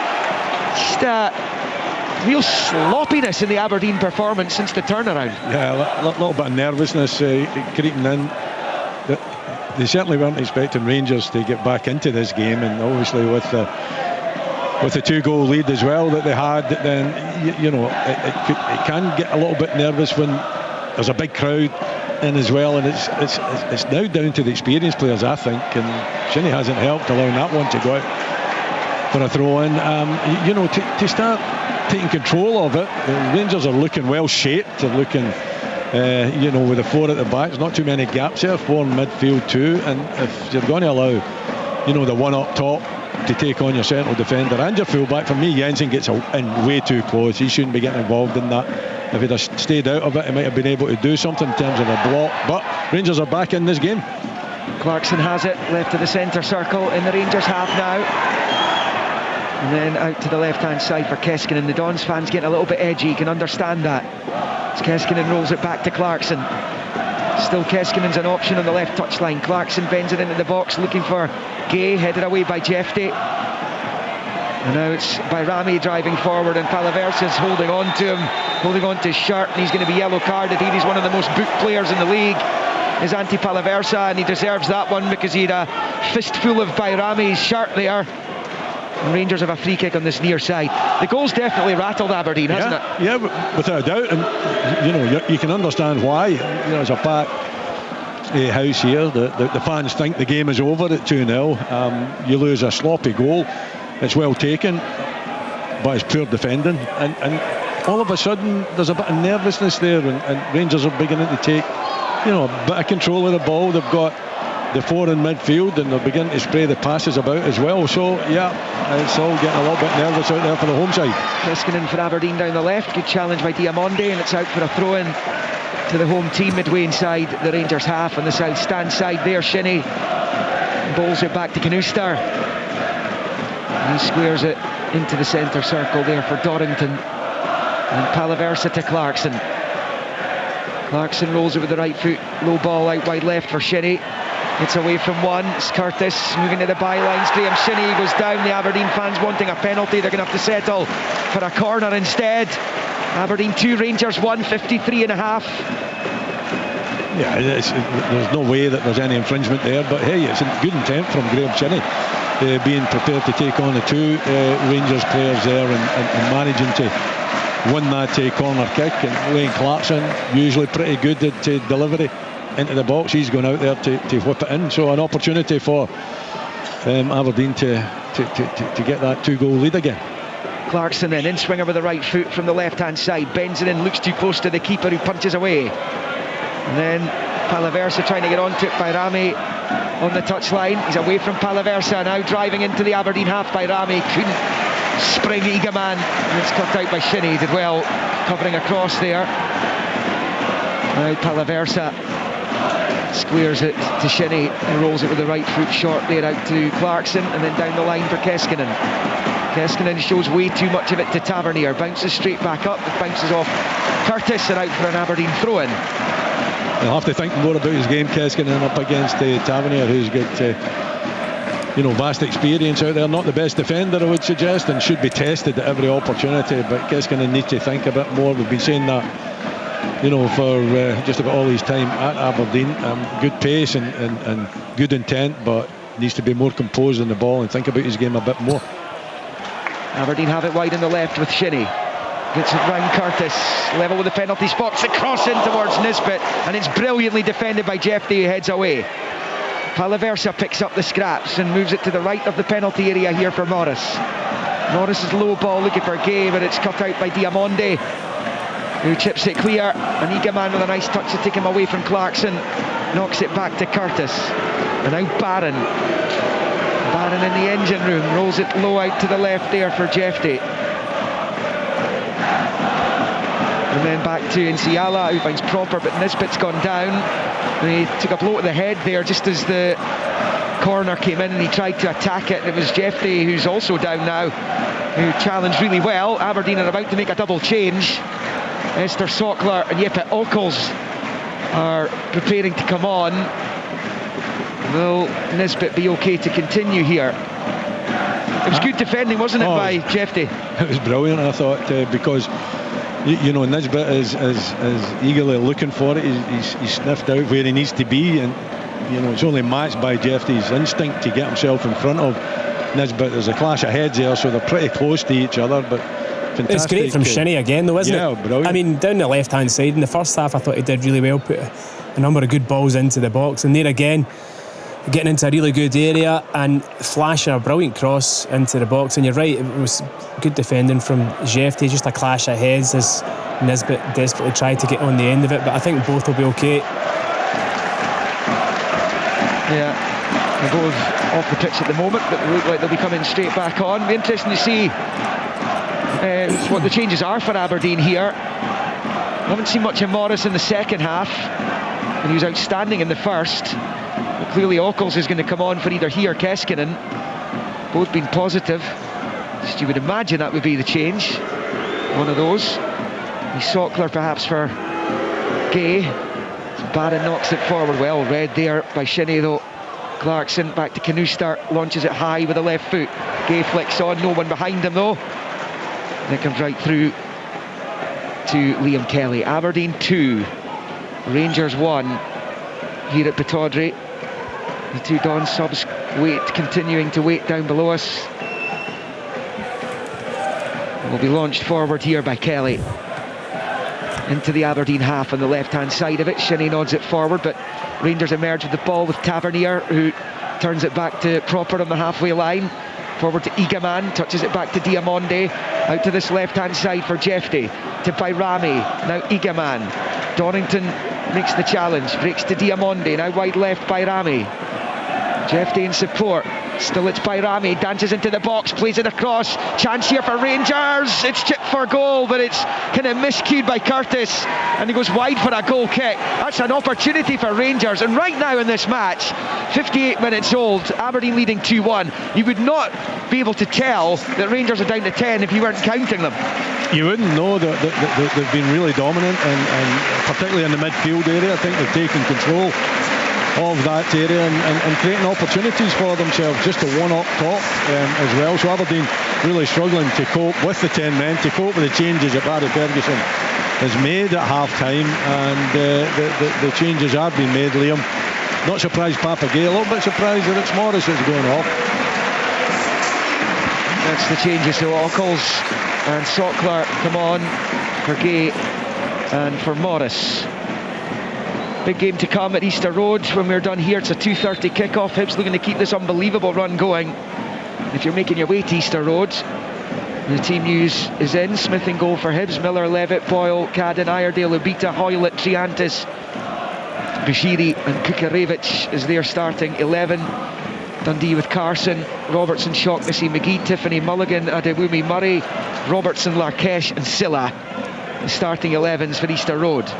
Palaversa clips the ball into the Rangers box where it is cleared, and now it's with Diamonde. He's added a measure of calm to the Rangers team since coming on, but he's given it away on this occasion. And it's Keskinen turning it to Palaversa, and then to the left for Shinnie. Now out to Ockels. He's kind of flattered to deceive since arriving on loan from Preston in January. It's Clarkson, chips it forward, but it comes all the way through to Liam Kelly, and it stays Aberdeen 2, 10-man Rangers 1. Rangers still in this game very much so now, Stephen Thompson, aren't they? It's a they are, and the performance. The performance in the second half with 10 men has been really good. You know, you remember they played this exact system for a long spell on Thursday night at the game we were at Ibrox, and they were comfortable in it. Bayrami looks a lot better out on the left-hand side. He's starting to have an influence on the game now, and bringing Diomande, as you rightly point out, into the middle of the pitch alongside Barron's, giving them a bit more balance and composure.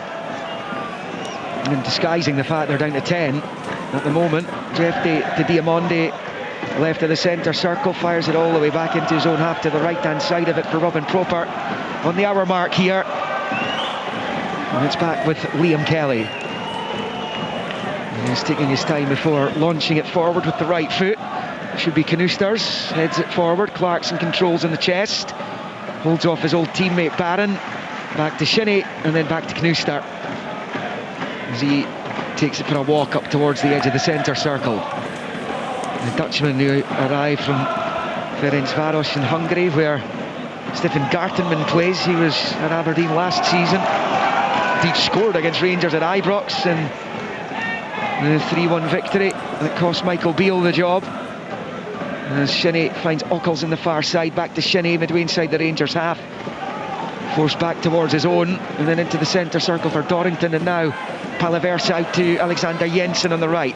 Low ball for Keskinen, he's got it round Diamondi's gone for goal, but it's wide again. Just can't find the target, Tofi Keskinen, and it stays Aberdeen 2, Rangers 1. It's well worked though, down the right hand side.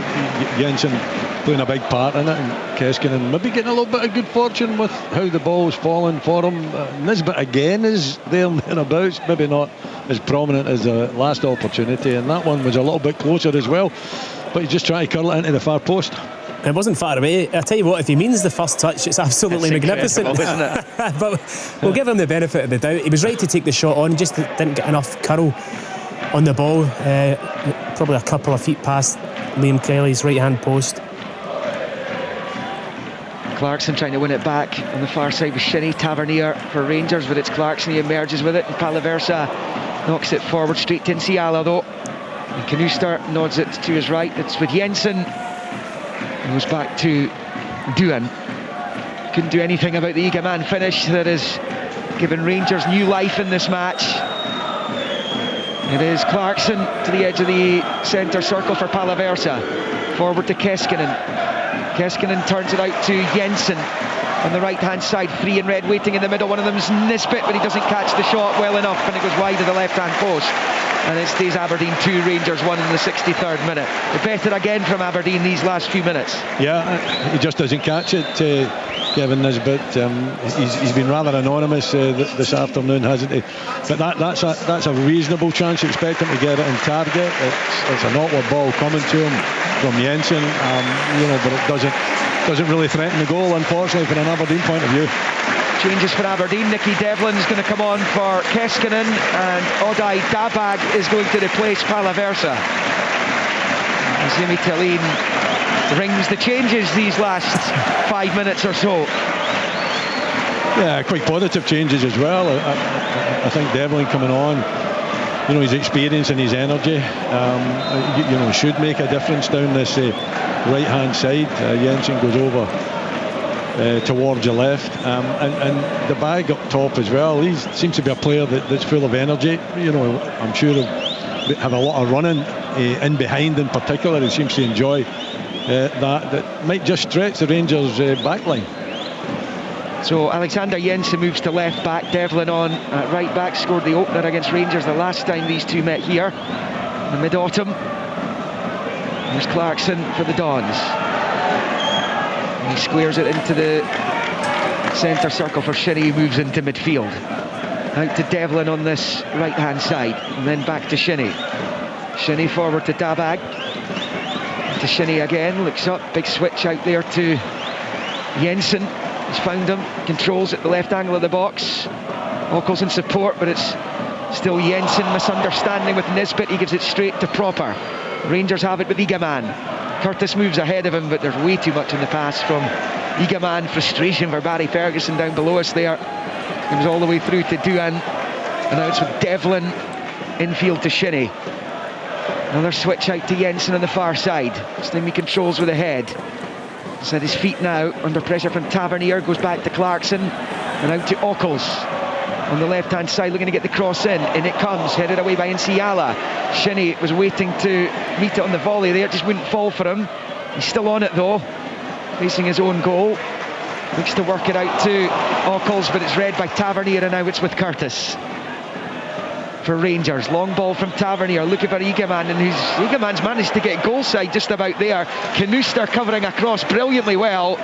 Down goes Egaman, but it's brilliant from Knuster, and he's managed to cover Alfie Dorrington on that occasion. He has, and he had to, because Dorrington again switching off. Egaman, drifting to the defender's right hand side, find a pocket of space. So Knister's got to come from the left side past Dorrington to just take care of the situation. He does it extremely well, but they've got to be much more alert, much more communication perhaps as well. Clarkson to Devlin at the right angle of the Rangers box here. Devlin finds Nisbet, knocks it back to Shinnie. Shinnie's going to have a go at goal here, and he forces the save from Kelly, who holds on as well. Remains Aberdeen 2, Rangers 1. Stephen, how are you reading this game right now? Yeah, I think Aberdeen have had a couple of opportunities in the last, say, 5-10 minutes. At the start of the second half, they were looking, as you rightly pointed out, a wee bit nervy, but they seem to have kind of got themselves back into the game. Rangers struggling to get anything really creative going, but there's always an opportunity at 2-1 for another chance in the game, and I'd imagine Barry will look to his bench again, the likes of Dessers and etc. on there to bring on to try and get that second goal. But Aberdeen, for me, at 2-0 at half time, should have gone and tried to get the game dead and buried, and in the second half, for the first 10 minutes, they were just flat. We're going to be seeing Yanis Hadji next for Rangers. Sockler forward to Dabag and now to Devlin. Rangers have been playing with 10 men since the red card shown to Ross McCausland in that first half. Aberdeen scored a second goal after that, but they've been hauled back into it, embroiled. As Devlin comes forward, it's not a great ball, straight to Diamonde. Diamonde defends the edge of his box there, and Devlin slides in on the challenge, but it's behind for the goal kick. And he had an opportunity there to Nicky Devlin. And Diamonde and Sockler become involved off the ball. And that red card came 5 minutes from the interval, with the Dons scoring a second just after that. And at that point, Willie, you start looking to see when was the last time Aberdeen won against Rangers by 3 or 4 goals. It certainly looked that way, didn't it? The first half was very positive for Aberdeen, and then McCausland getting sent off as well. You think that it's only going to get better, but it hasn't.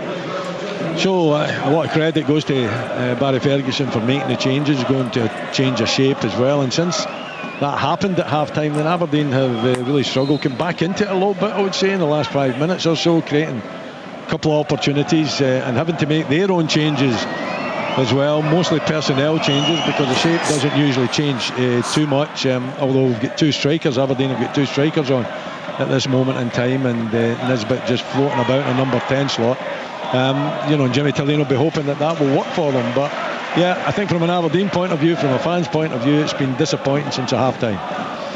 That change for Rangers, Hadji's now on, and he is replaced by Rami as Clarkson finds Shinnie, and out to Devlin on this near side. 2-1 Aberdeen. We're in the final quarter of the match, the first of the Premiership action today here on Sports Sound and BBC Radio Scotland, across the frequencies on digital and online as well, with Hibs Dundee to come. There's a 2:30 kickoff once we're done here. There's Devlin, ball forward cut out by Hadji. Now Egaman's on it, finds Hadji again on the near side. Sockler for company. Hadji gives it straight to Donington, rolls away from Egaman, and then back to Jensen. Jensen on the left hand side is comfortable playing right back, left back and in the midfield. As Clarkson dinks it to the left, looking for Dabag, headed away by Tavernier. Now Diamonde. One back by Aberdeen. Clarkson rolls it behind Dabag, but Nisbet's onto it. And the Rangers have a man down. It's Diamonde. It's picked up by Shinnie. It's not a head knock, so Aberdeen entitled to continue. Jensen left hand side of the box. He's gone for goal. It's well wide. Liam Kelly had the hand up early there. He knew where it was going. It sails well past, and it stays Aberdeen 2, Rangers 1. Diamonde's down. Now this is the problem that Barry Ferguson had today. Diamonde, was suspended for the first leg against Athletic Club the other night, is, I would imagine, earmarked for a pivotal role in the return. Yeah, I think he would have started the game Thursday, Liam. Yeah, no doubt about that. He just lands really awkwardly on his side. He's back up on his feet now, but it's just maybe winded from the fall. And it's always a worry for a manager when you see a player going down, especially when it's one of your crucial ones. And Diamonde's actually found some decent form of late. He and Raskin were developing that really good partnership. Raskin not in the matchday squad today, as Kelly goes long with the goal kick. Knister with a header. Dabag goes down, no foul. Rangers emerge with the ball with Jeffday and now Diamonde. Dorrington reads it, gets onto it, finds Shinnie. Shinnie's put it straight out for a Rangers throw-in though. Really hasn't been a good Aberdeen performance in this second half, and similar actually to the game in October where they battered Rangers in that first half. Should have been 2-0 up in that game. You'll remember Jamie McGrath's weak penalty, which is the only one Aberdeen have been awarded this season bizarrely, was comfortably saved by Jack Butland. And then the second half they let Rangers back into it. Bairami equalised. They did come up with a winner, but they were slouchy at the start of that second half, and it's been the same story today. It has, but I think you've got to give credit to Rangers as well. You know, the changes made at half-time certainly worked. Egaman, the edge of the Aberdeen box, back to Diamonde, looks to switch it out to Hadji. He's kept it in play, but only to the benefit of Nicky Devlin right now, and Devlin plays it off Hadji and out for an Aberdeen throw-in deep inside their own half on 71.5 minutes. The Dons, despite their ills since the break, still lead by 2-1. Nicky Devlin over the throw-in on the main stand side, looking for a bit of movement in red, bowls it down the line. It's too high for Sockler. It also evades Dabag, held off by Nsiala, drops the proper on the halfway line. Long ball down the left hand side, and Devlin is fouled by Egaman, and Aberdeen have a free kick level with their own 18-yard line. I mean, you just feel as though there's a bit of energy went out of the Aberdeen performance. Why would that be? You know, honestly, playing against 10 men, I think the expectation that it was going to be, you know, straightforward in the second half, that hasn't happened. You know, the changes coming on, I think Jimmy Tilleen's hoping that that's going to, you know, lift the tempo, lift the energy, lift the quality. You know, they've got 3 strikers on at this moment in time. I don't know how well that's looking. I think Nisbet should be a lot deeper and allowing the 2 strikers to play as 2 strikers. I'm not too sure about the shape. I think the shapes went a little bit askew with the changes. So, but just the body language as well from the Aberdeen players, I don't think the body language is particularly positive.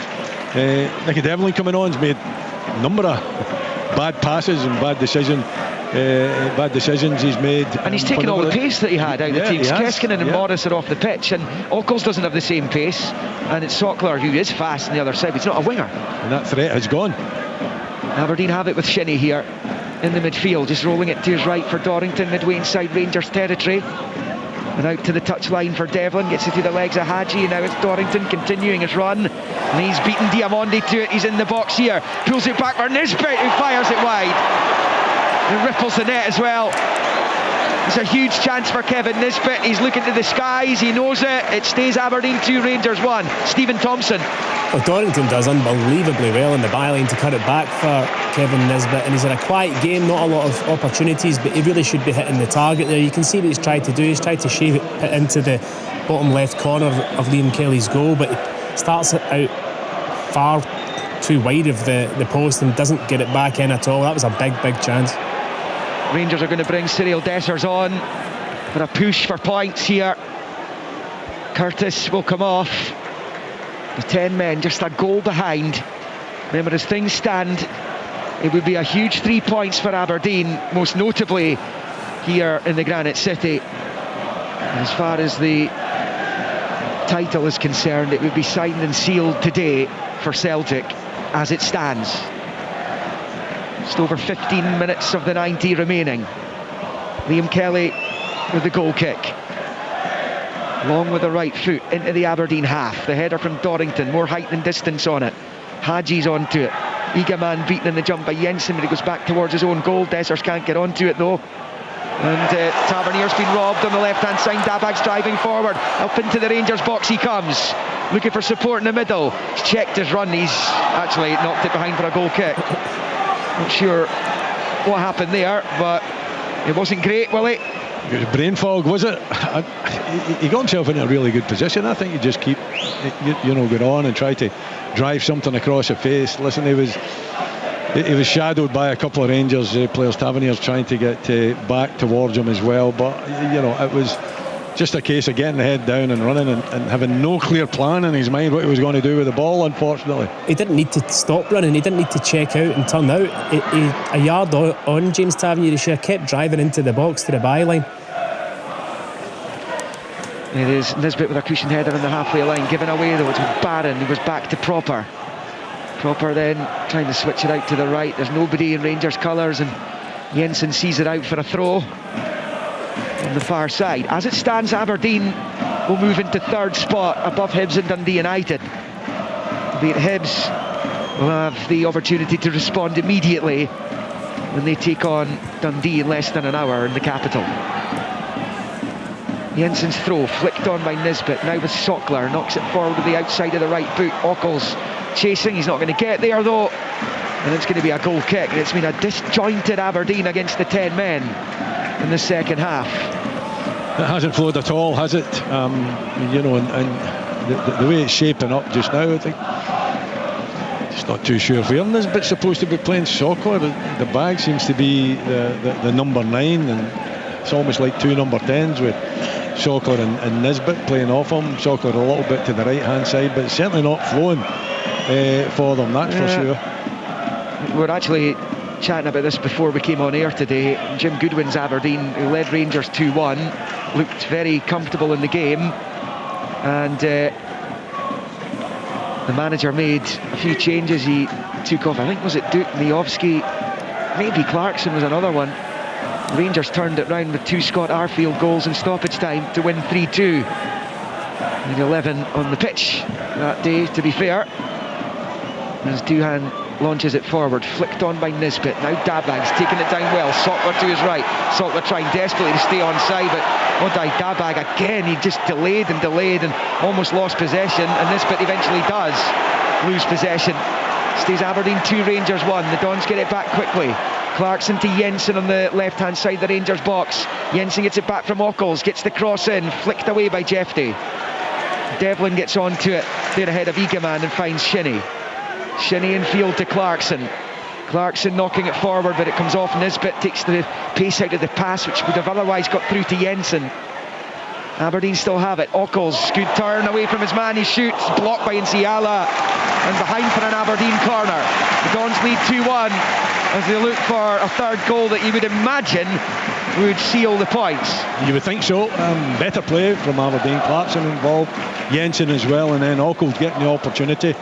Nsiala, a really good block though from the young defender, just throwing his body at it, so not bringing Kelly into action, but a good move and a much more positive move from the home side. Clarkson corner for Aberdeen. Open on the Dons' left as they attack the goal to our right. And Clarkson will deliver now, bends it in, and Kelly holds on between 2 or 3 Aberdeen players. It's a good take by Kelly.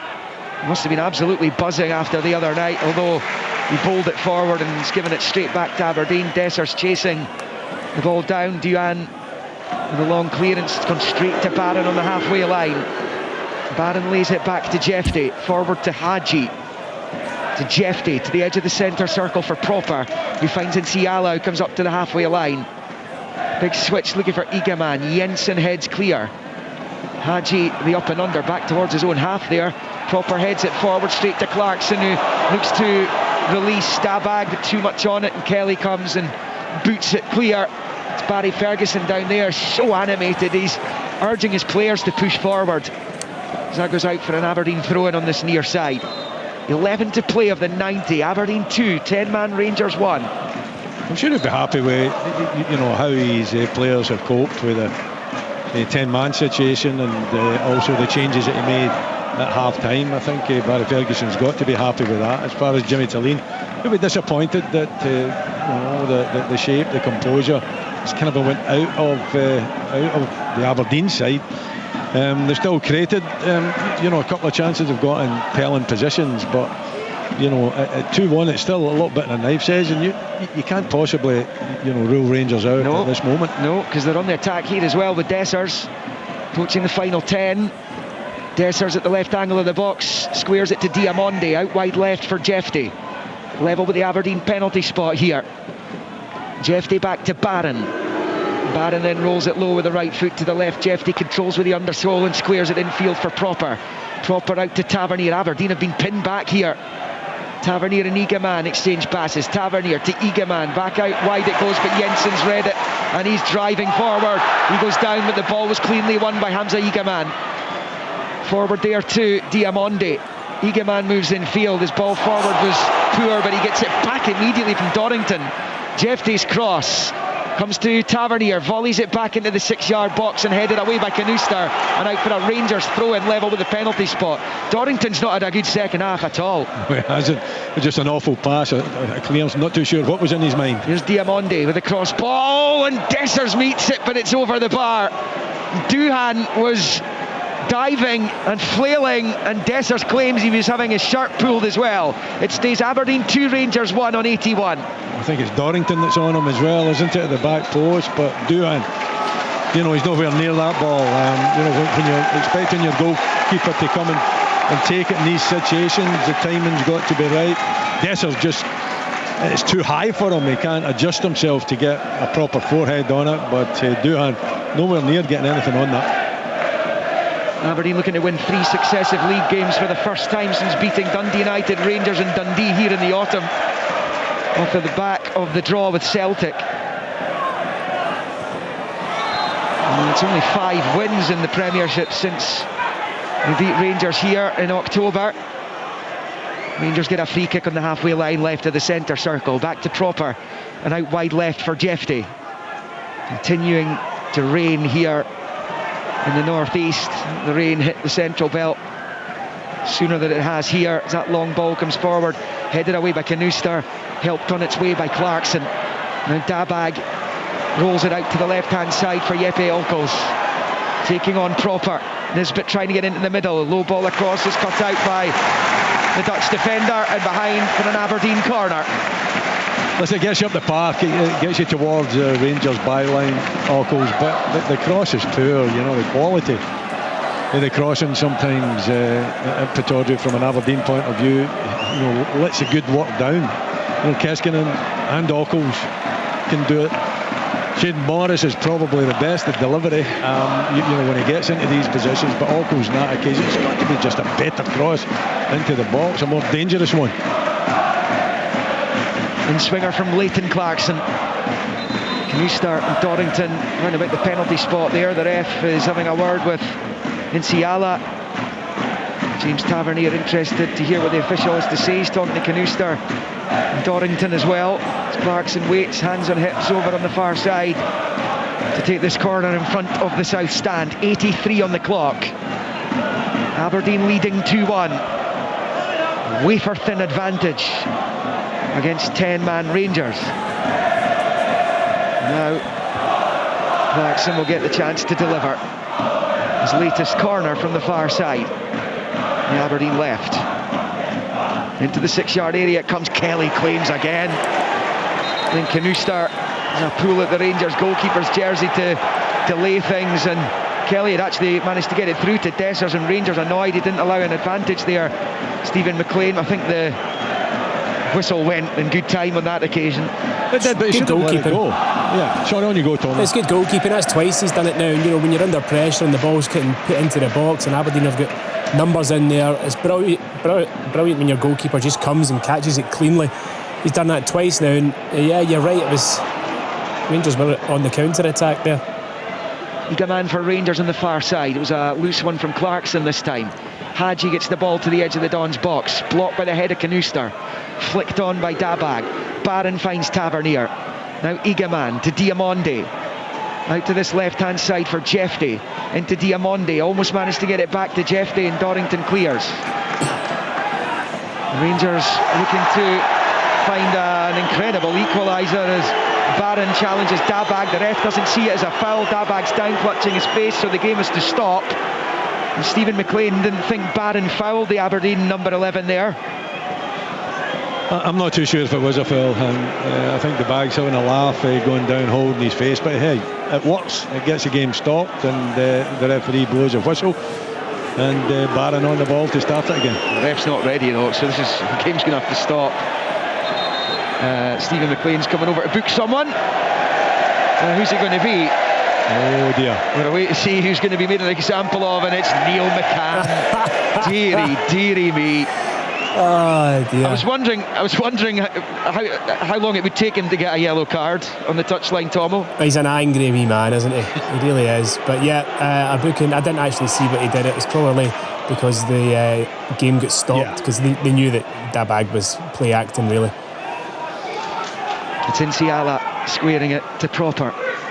Final 5 minutes of the 90 here. Rangers running out of time. As it stands, Aberdeen will pick up 3 massive points, and as it stands, Celtic will be champions today yet again.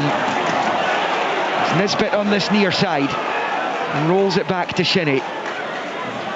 Options in the centre circle, including Canuster. That's where it goes, and he rolls it with the left foot out to Jensen on the far side.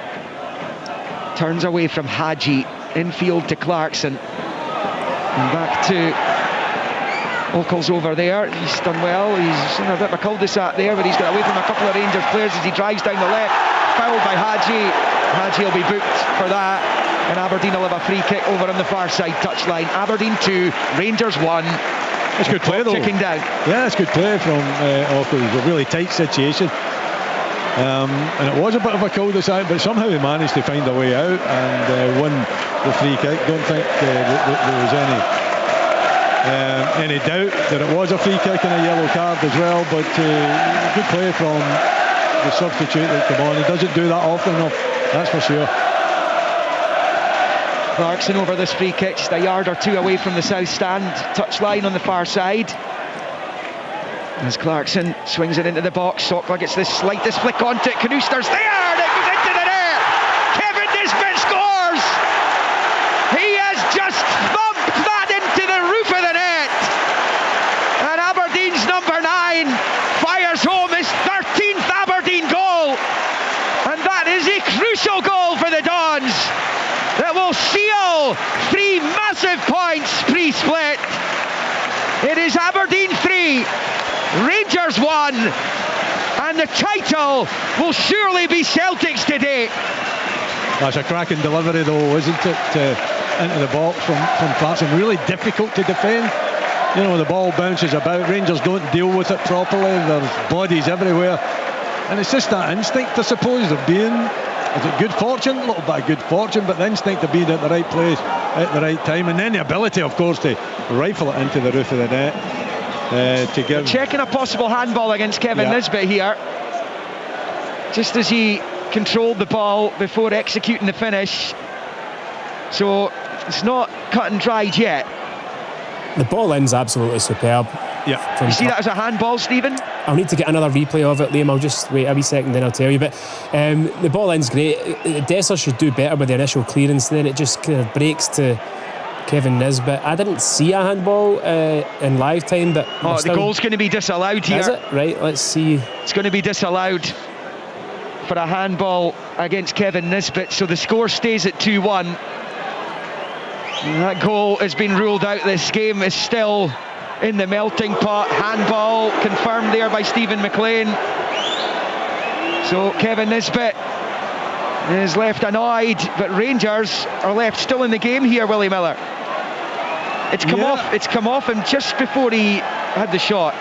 Yeah, they are still in the game. I would really need to see that incident again to give a conclusive answer to it, whether I felt that it did hit his arm or not. But obviously VAR have looked at it, but it did take a little bit of time to make their mind up, their decision up. Disappointing for Kevin Nisbet, but you know, Rangers still in, although the clock is definitely running down on them. Yeah, we're in the 90th minute now. Aberdeen's lead still then 2-1. And Clarkson has it as he nicks it infield to Shinnie. There will be 5 minutes added on in stoppages by the sounds of things, so just over 5 minutes left in the game as Clarkson knocks it out wide left for Jensen. Midway inside the Rangers half, back to Clarkson. Then back out to the touchline for Ockles. Clarkson has it again. Chip ball forward. Proper's going to get there ahead of Nisbet by the looks of things, and he turns and clears. Clarkson, first time to Devlin. Devlin up to the edge of the box, finds Dabag. 5 minutes confirmed. Dabag rolls it back to Clarkson. Clarkson finds Jensen. Chips it in looking for Sockler, and Dabag's annoyed because he was in a better position, but it comes right through to Liam Kelly, and it stays Aberdeen 2, Rangers 1. And Stephen, what Barry Ferguson, what his management team, the supporters of Rangers will be hoping that they just get one opportunity. Yeah, 100%, Liam. Yeah, but they've not looked like creating for a long period now in this second half. But yeah, I mean, he's as well throwing caution to the wind now and just coming out of their shape a wee bit and saying just go for it. You know, coming into the last 4 minutes of the game, you're as well losing 3-1 from a counter as you are trying to get back in. So he's as well just going for it. Oh, Dorrington's missed it and Dessers was almost in. He comes right through to the goalkeeper, and Doohan's ended up colliding with Mats Knooster. Again, Dorrington, he came here with a good reputation in the Spurs Youth Academy. He's made a first team appearance before he came up here on loan, but he's looked really shaky in the second half. Yeah, the referee's given a free kick. I can only assume that it was Dessers' challenge that has resulted in that free kick. But it's soft, it's soft. It was just a wee nudge, really. Yeah, he's got to be stronger. Was it Dorrington? Yeah, he just got a nudge in the air. Long ball from Ross Doohan out towards Sokler, comes off Jeffrey and out for an Aberdeen throw-in on this near side, midway inside the Rangers half, so gets the Dons up the pitch. Aberdeen's post-split fixtures will feature a game against Rangers at Ibrox. You would think of 2 home games against Celtic and Hibs. That Hibs one could be crucial. Trip to Tannadice as well. That's a mouth-watering fixture. It normally is anyway. Here's Shinnie for Aberdeen driving down the right-hand side. I'm going to try and win a corner off Diamonde. He might well have done it. No, it's come off Diamonde last, is the assistant. It'll be a goal kick to Rangers. We played 2 of the 5 minutes that were added on at the end. Proper gives chase on the far side and it's caught by Ockles. Did he get any of the ball? Did he get the balls? There's a throw-in, so he did get it. Tavernier tried to take it from much further up the pitch. As Tavernier bowls it to Proper. He's going long here. In behind, Dorrington's there. He heads it forward towards the halfway line. Away it goes again from Dorrington when Hadji returned it, and that's going to be a free kick if the Aberdeen defender hits the deck. The Dons getting close.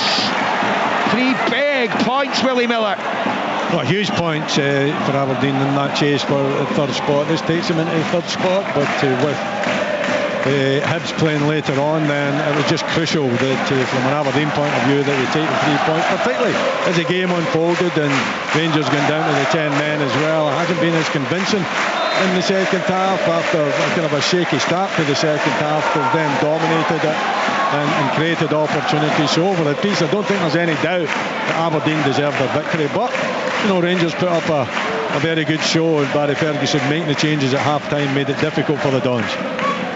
It's been a good second half from Rangers, but just the 1 goal for their efforts.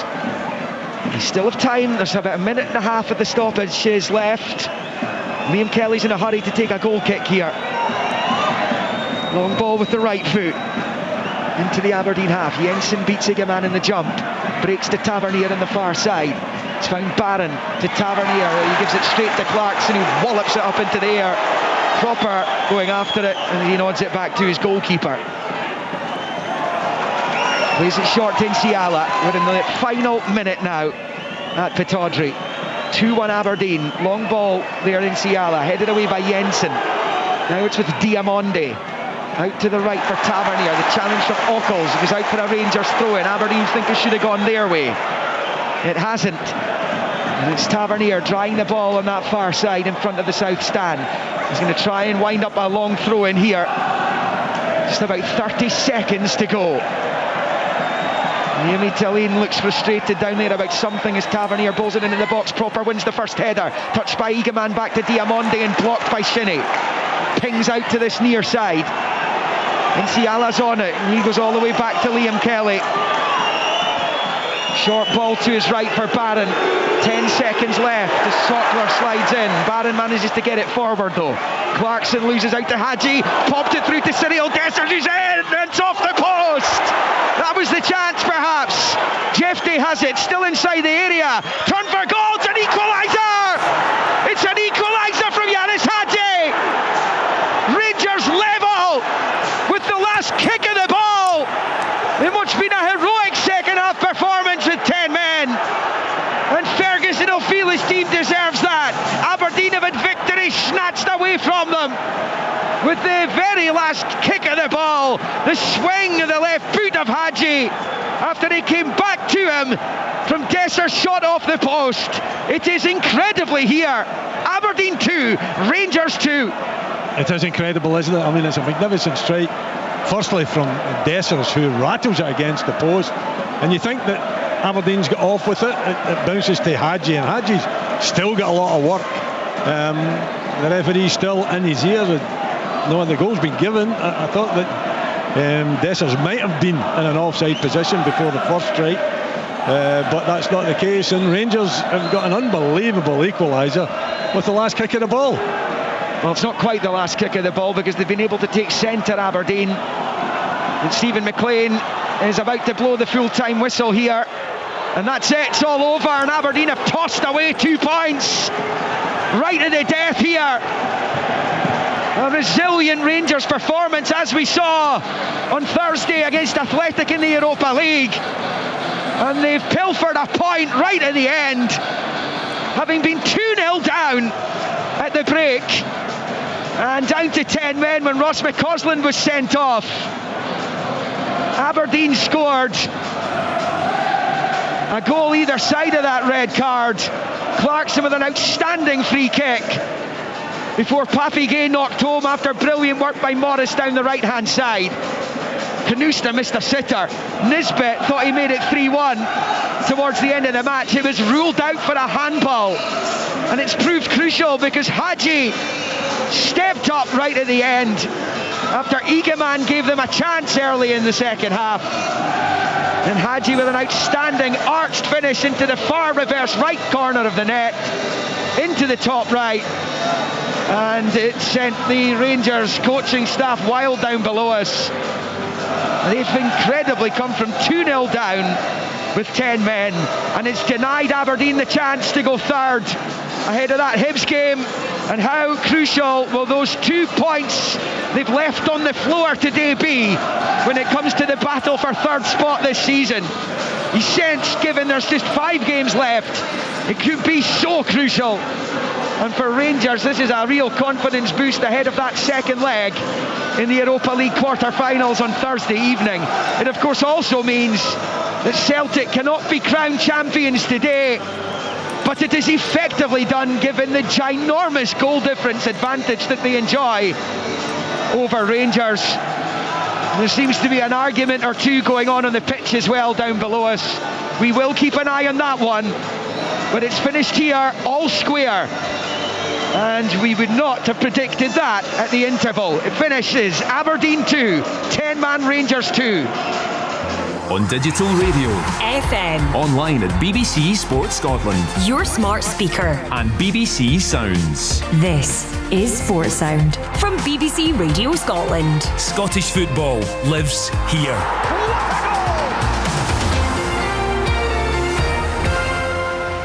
It is just another astonishing afternoon in the Scottish Premiership. You know, I never have believed, never have contemplated the Rangers could get a point out of that, but they have done.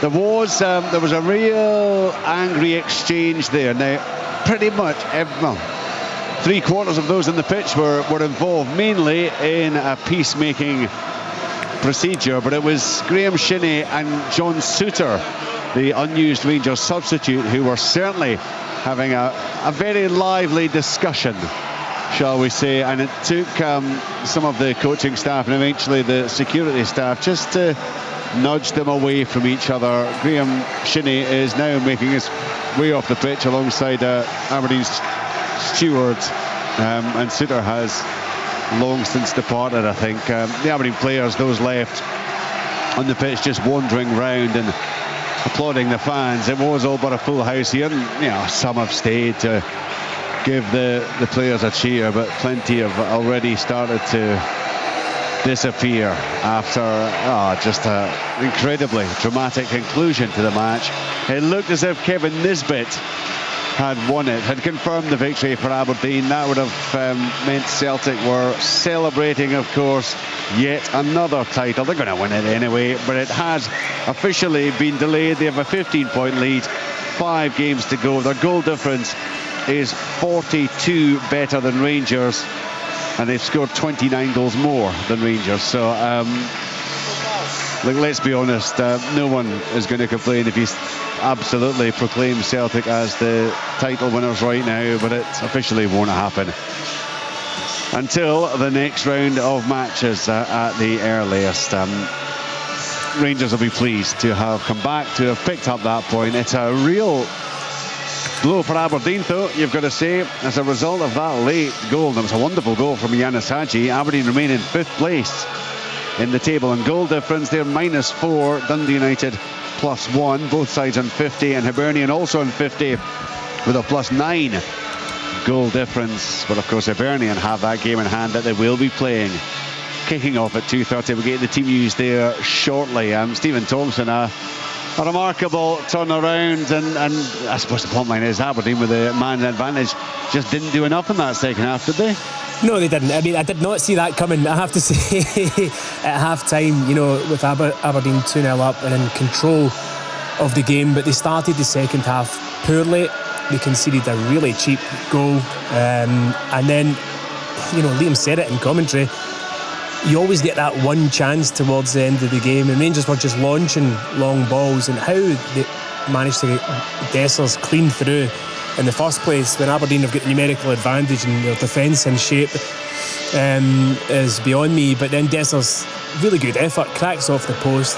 When it kind of gets recycled by Hadji, the finish, because to hit that ball first time as he does, when it's laid back to him, to get that shape on the shot, it's an exquisite goal from Yanis Hadji, and Rangers come back again. I mean, the amount of times that they've done that under Barry Ferguson, certainly when they've been looking like they're going to lose a game, and they've come back to get a point, and in the end the point means nothing to Rangers really. They'll finish second in the league regardless, but they showed a lot of character and guts, down to 10 men, to get back in and take a point away from the game. But from Aberdeen's point of view, in complete control of the match, to then throw away 2 points this afternoon, it's really, really poor. And the second half, there was spells in it when they did create 1 or 2 chances, but they didn't, for a team with the extra man, they didn't have the quality that they had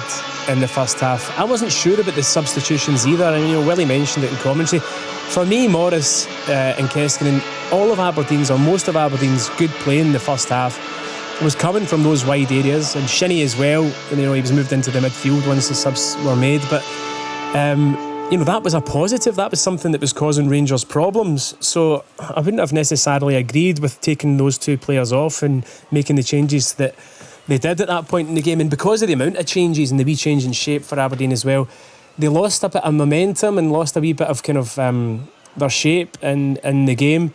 And Rangers just had to stay in it at that point. At 2-1, obviously you get the disallowed goal, but at 2-1, just stay in the game and see if you can get a final chance, which they did, and it was incredibly well taken from Hadji. In terms of that disallowed goal, did you see? Well, it comes off his elbow. I think anywhere else in the pitch, I don't think a foul would have been given, or a free kick would have been given. But I think when it leads to a goal and it comes off your arm, I think that's the law, isn't it? If it leads to a goal and it comes off your arm, then that's what, it's not going to be given in that case. Because it was, it's a vital moment in the game, really, because if that goes in, Aberdeen definitely win the match. So I'm pretty sure they'll be disappointed with that as well. But I'm almost certain that if it hits your arm and then it leads to a goal, then it can't really be. There's no complaints. Yeah, I must admit, I wasn't altogether. I hadn't seen a definitive replay here at the back of the stands. I just wasn't sure whether it had hit his arm or not. Willie, did you got to look at that, because clearly that decision is pivotal in the game. No, I didn't get a clear view of it. Unfortunately, Richard, to give an opinion on it, to be honest, so I would need to see it again. But as far as Aberdeen's concerned, the substitutions were. I'm looking. What is the shape? What is Jimmy Tilleen trying to achieve here? He tends to have a straightforward approach. Then it's always with 2 wide players, and that went when the substitutes came on. When the bag came on, and then you had Sockler on, and you had Nisbet playing off them, and you didn't really have a right hand side. Ockles came on the left hand side, so there was a bit down the left hand side, but nothing down the right hand side. But given what we've seen from Ockles so far during his time at Toddy, I mean, there wasn't much coming down the left either, was there? No, there wasn't. He's been disappointing, even when he got the opportunities to get in a wide area and deliver the cross. Very rarely did it come into the box. Even it was always hitting the first player. So they kind of lost their shape, I thought, then, and their real intent. Before that, they had created a couple of opportunities, didn't take them. Kind of looked in control, but in a way, whenever a long ball was played, the two centre backs didn't look in control of their situation. And eventually, Rangers get the equaliser with a long ball through the middle, and the opportunity for Dessers to get in behind and have that strike is so unlucky. See it coming off the post, but then Hadji, magnificent finish from him right at almost the last kick of the ball. Wasn't last kick, but there wasn't too many kicks after it, I must say. Liam was quick to jump on you for suggesting it. I'm just pointing out the fact. I think it was maybe the third last kick of the ball. But there you go. You've got to be accurate when you're working with Liam. Yeah, exactly. But a huge disappointment to the fans here. A great opportunity for Aberdeen to really go on after that first half against 10 men and dominate Rangers and run up a bit of a score. They didn't take it. They lost the midfield. I think Barry Ferguson made exactly the right changes and going to the four at the back, four in midfield. Aberdeen then didn't have the midfield. They couldn't control it really until the latter stages. Rangers didn't cause too many opportunities, but whenever a long ball came in, Dorrington on a couple of occasions got himself in areas that he should be dealing with much more comfortably, and then the final one, the goal itself, both of them really out of position and not being able just to deal with a long ball through the middle, which is a bit concerning. Dorrington doesn't have a lot of experience, right enough, so he's a young player learning the game, and I hope that he learns from that situation when you've got the game won, with just a minute and a half to go perhaps, then you've got to make sure that defensively you're solid, and unfortunately from an Aberdeen point of view they weren't. So after a really good first half and a lot of optimism going into the second half, it just kind of fell away and ended up with Graham Shinnie. I don't know what was going on in the middle of the park, what was being said, but there was a bit of a rammy going on out there, which isn't unusual for an Aberdeen Rangers game. I've been involved in one or two myself. Yes, you have. Yes, you have. It was a bit. There was a discussion. It wasn't like there were punches being thrown or anything. There were certainly players squaring up to each other. Particularly, it seemed to me, Shinnie and Suter, but they kind of said. Ian Monday likes a square up, does he not? Yeah. He likes to get the old nose in whenever there's an opportunity, and there seems to be a wee kind of a sparring going on. He wants to be part of it. I don't think he's a number one. I think he's a number two in these situations, but he likes to get a little nose in there. He didn't make it any better, I don't think. No, well, like I say, there were so many players involved there, but they settled it all down. It was one of those issues that they'll all be forgotten pretty quickly. Just in terms of Rangers, and we're talking about the Aberdeen substitutes, and I think anyone watching this game could not put up any kind of argument that the substitutions did not weaken Aberdeen, which they did. From a Rangers point of view, what was interesting with the substitutions was you're looking at that bench, you're looking at players that you clearly have decided, I'm not going to risk them today. I don't want to risk them getting injured. I don't want them to miss the game against Athletic Bilbao, Tomo. But then you put on Hadji and you put on Dessers, you put on Diomande, you put on Shefte.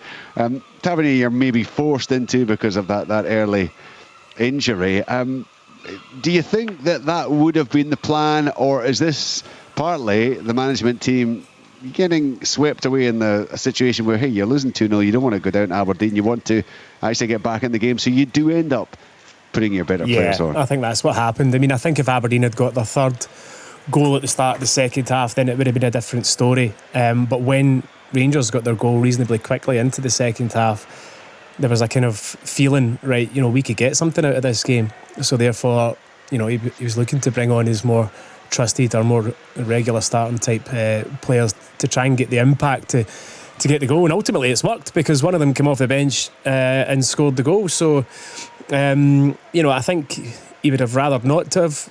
Certainly Diomande getting the 45 and Tavernier having to play a good chunk of the game as well. But thankfully for him and for Rangers, everybody's come through it unscathed.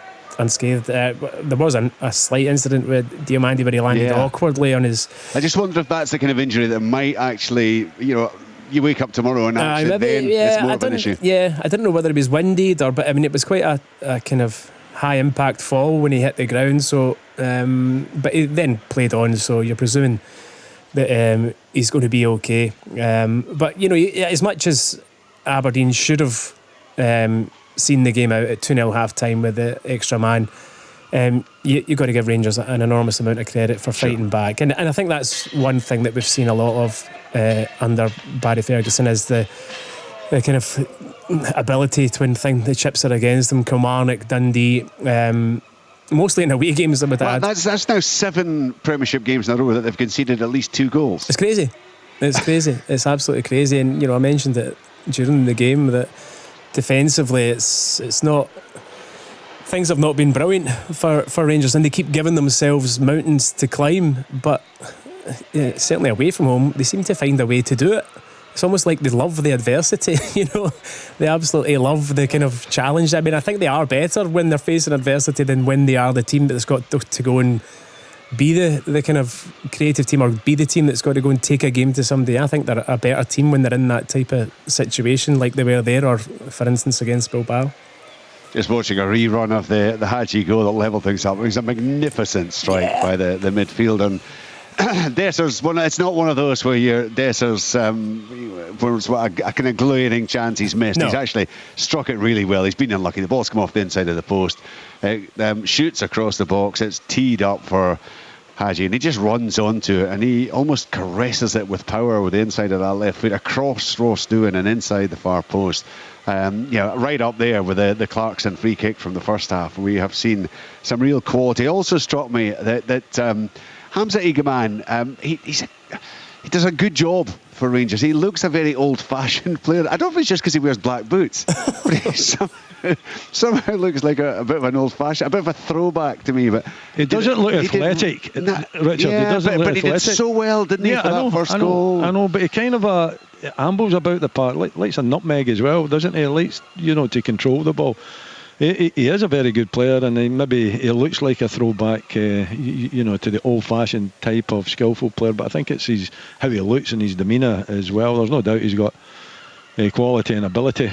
Same with Dessers. I mean, that was a fabulous strike by Dessers. It was so unlucky, to see it coming off, and it was inside the post as well, because it shot back out in the opposite direction. So from a Rangers point of view, I agree with everything Tomo says there. It's adversity. They seem to stand up to adversity. They seem to enjoy adversity. I think their manager would like them to be a little bit more averse to adversity. Good, Valley. And just get on and show. But listen, they bring their more established players on, and you can see the difference as well when they do bring the more established players and perhaps the better players, more experienced players on. So. But from an Aberdeen point of view, that's a real blow. That's a game that should have produced 3 points. So they've let that one slip, but take nothing away for Rangers. It's a great kind of a second half change that the manager made. Got to give him compliments for doing that. And I felt that the change that he made at half time certainly worked. And then the subs he made going into the second half as well certainly came up trump for him as well. Right, we'll leave this game for now. We will have reaction to bring you later in the programme, because we're going to build up to the second of our live commentaries, which is a 2:30 kickoff at Easter Road. It is Hibernian against Dundee.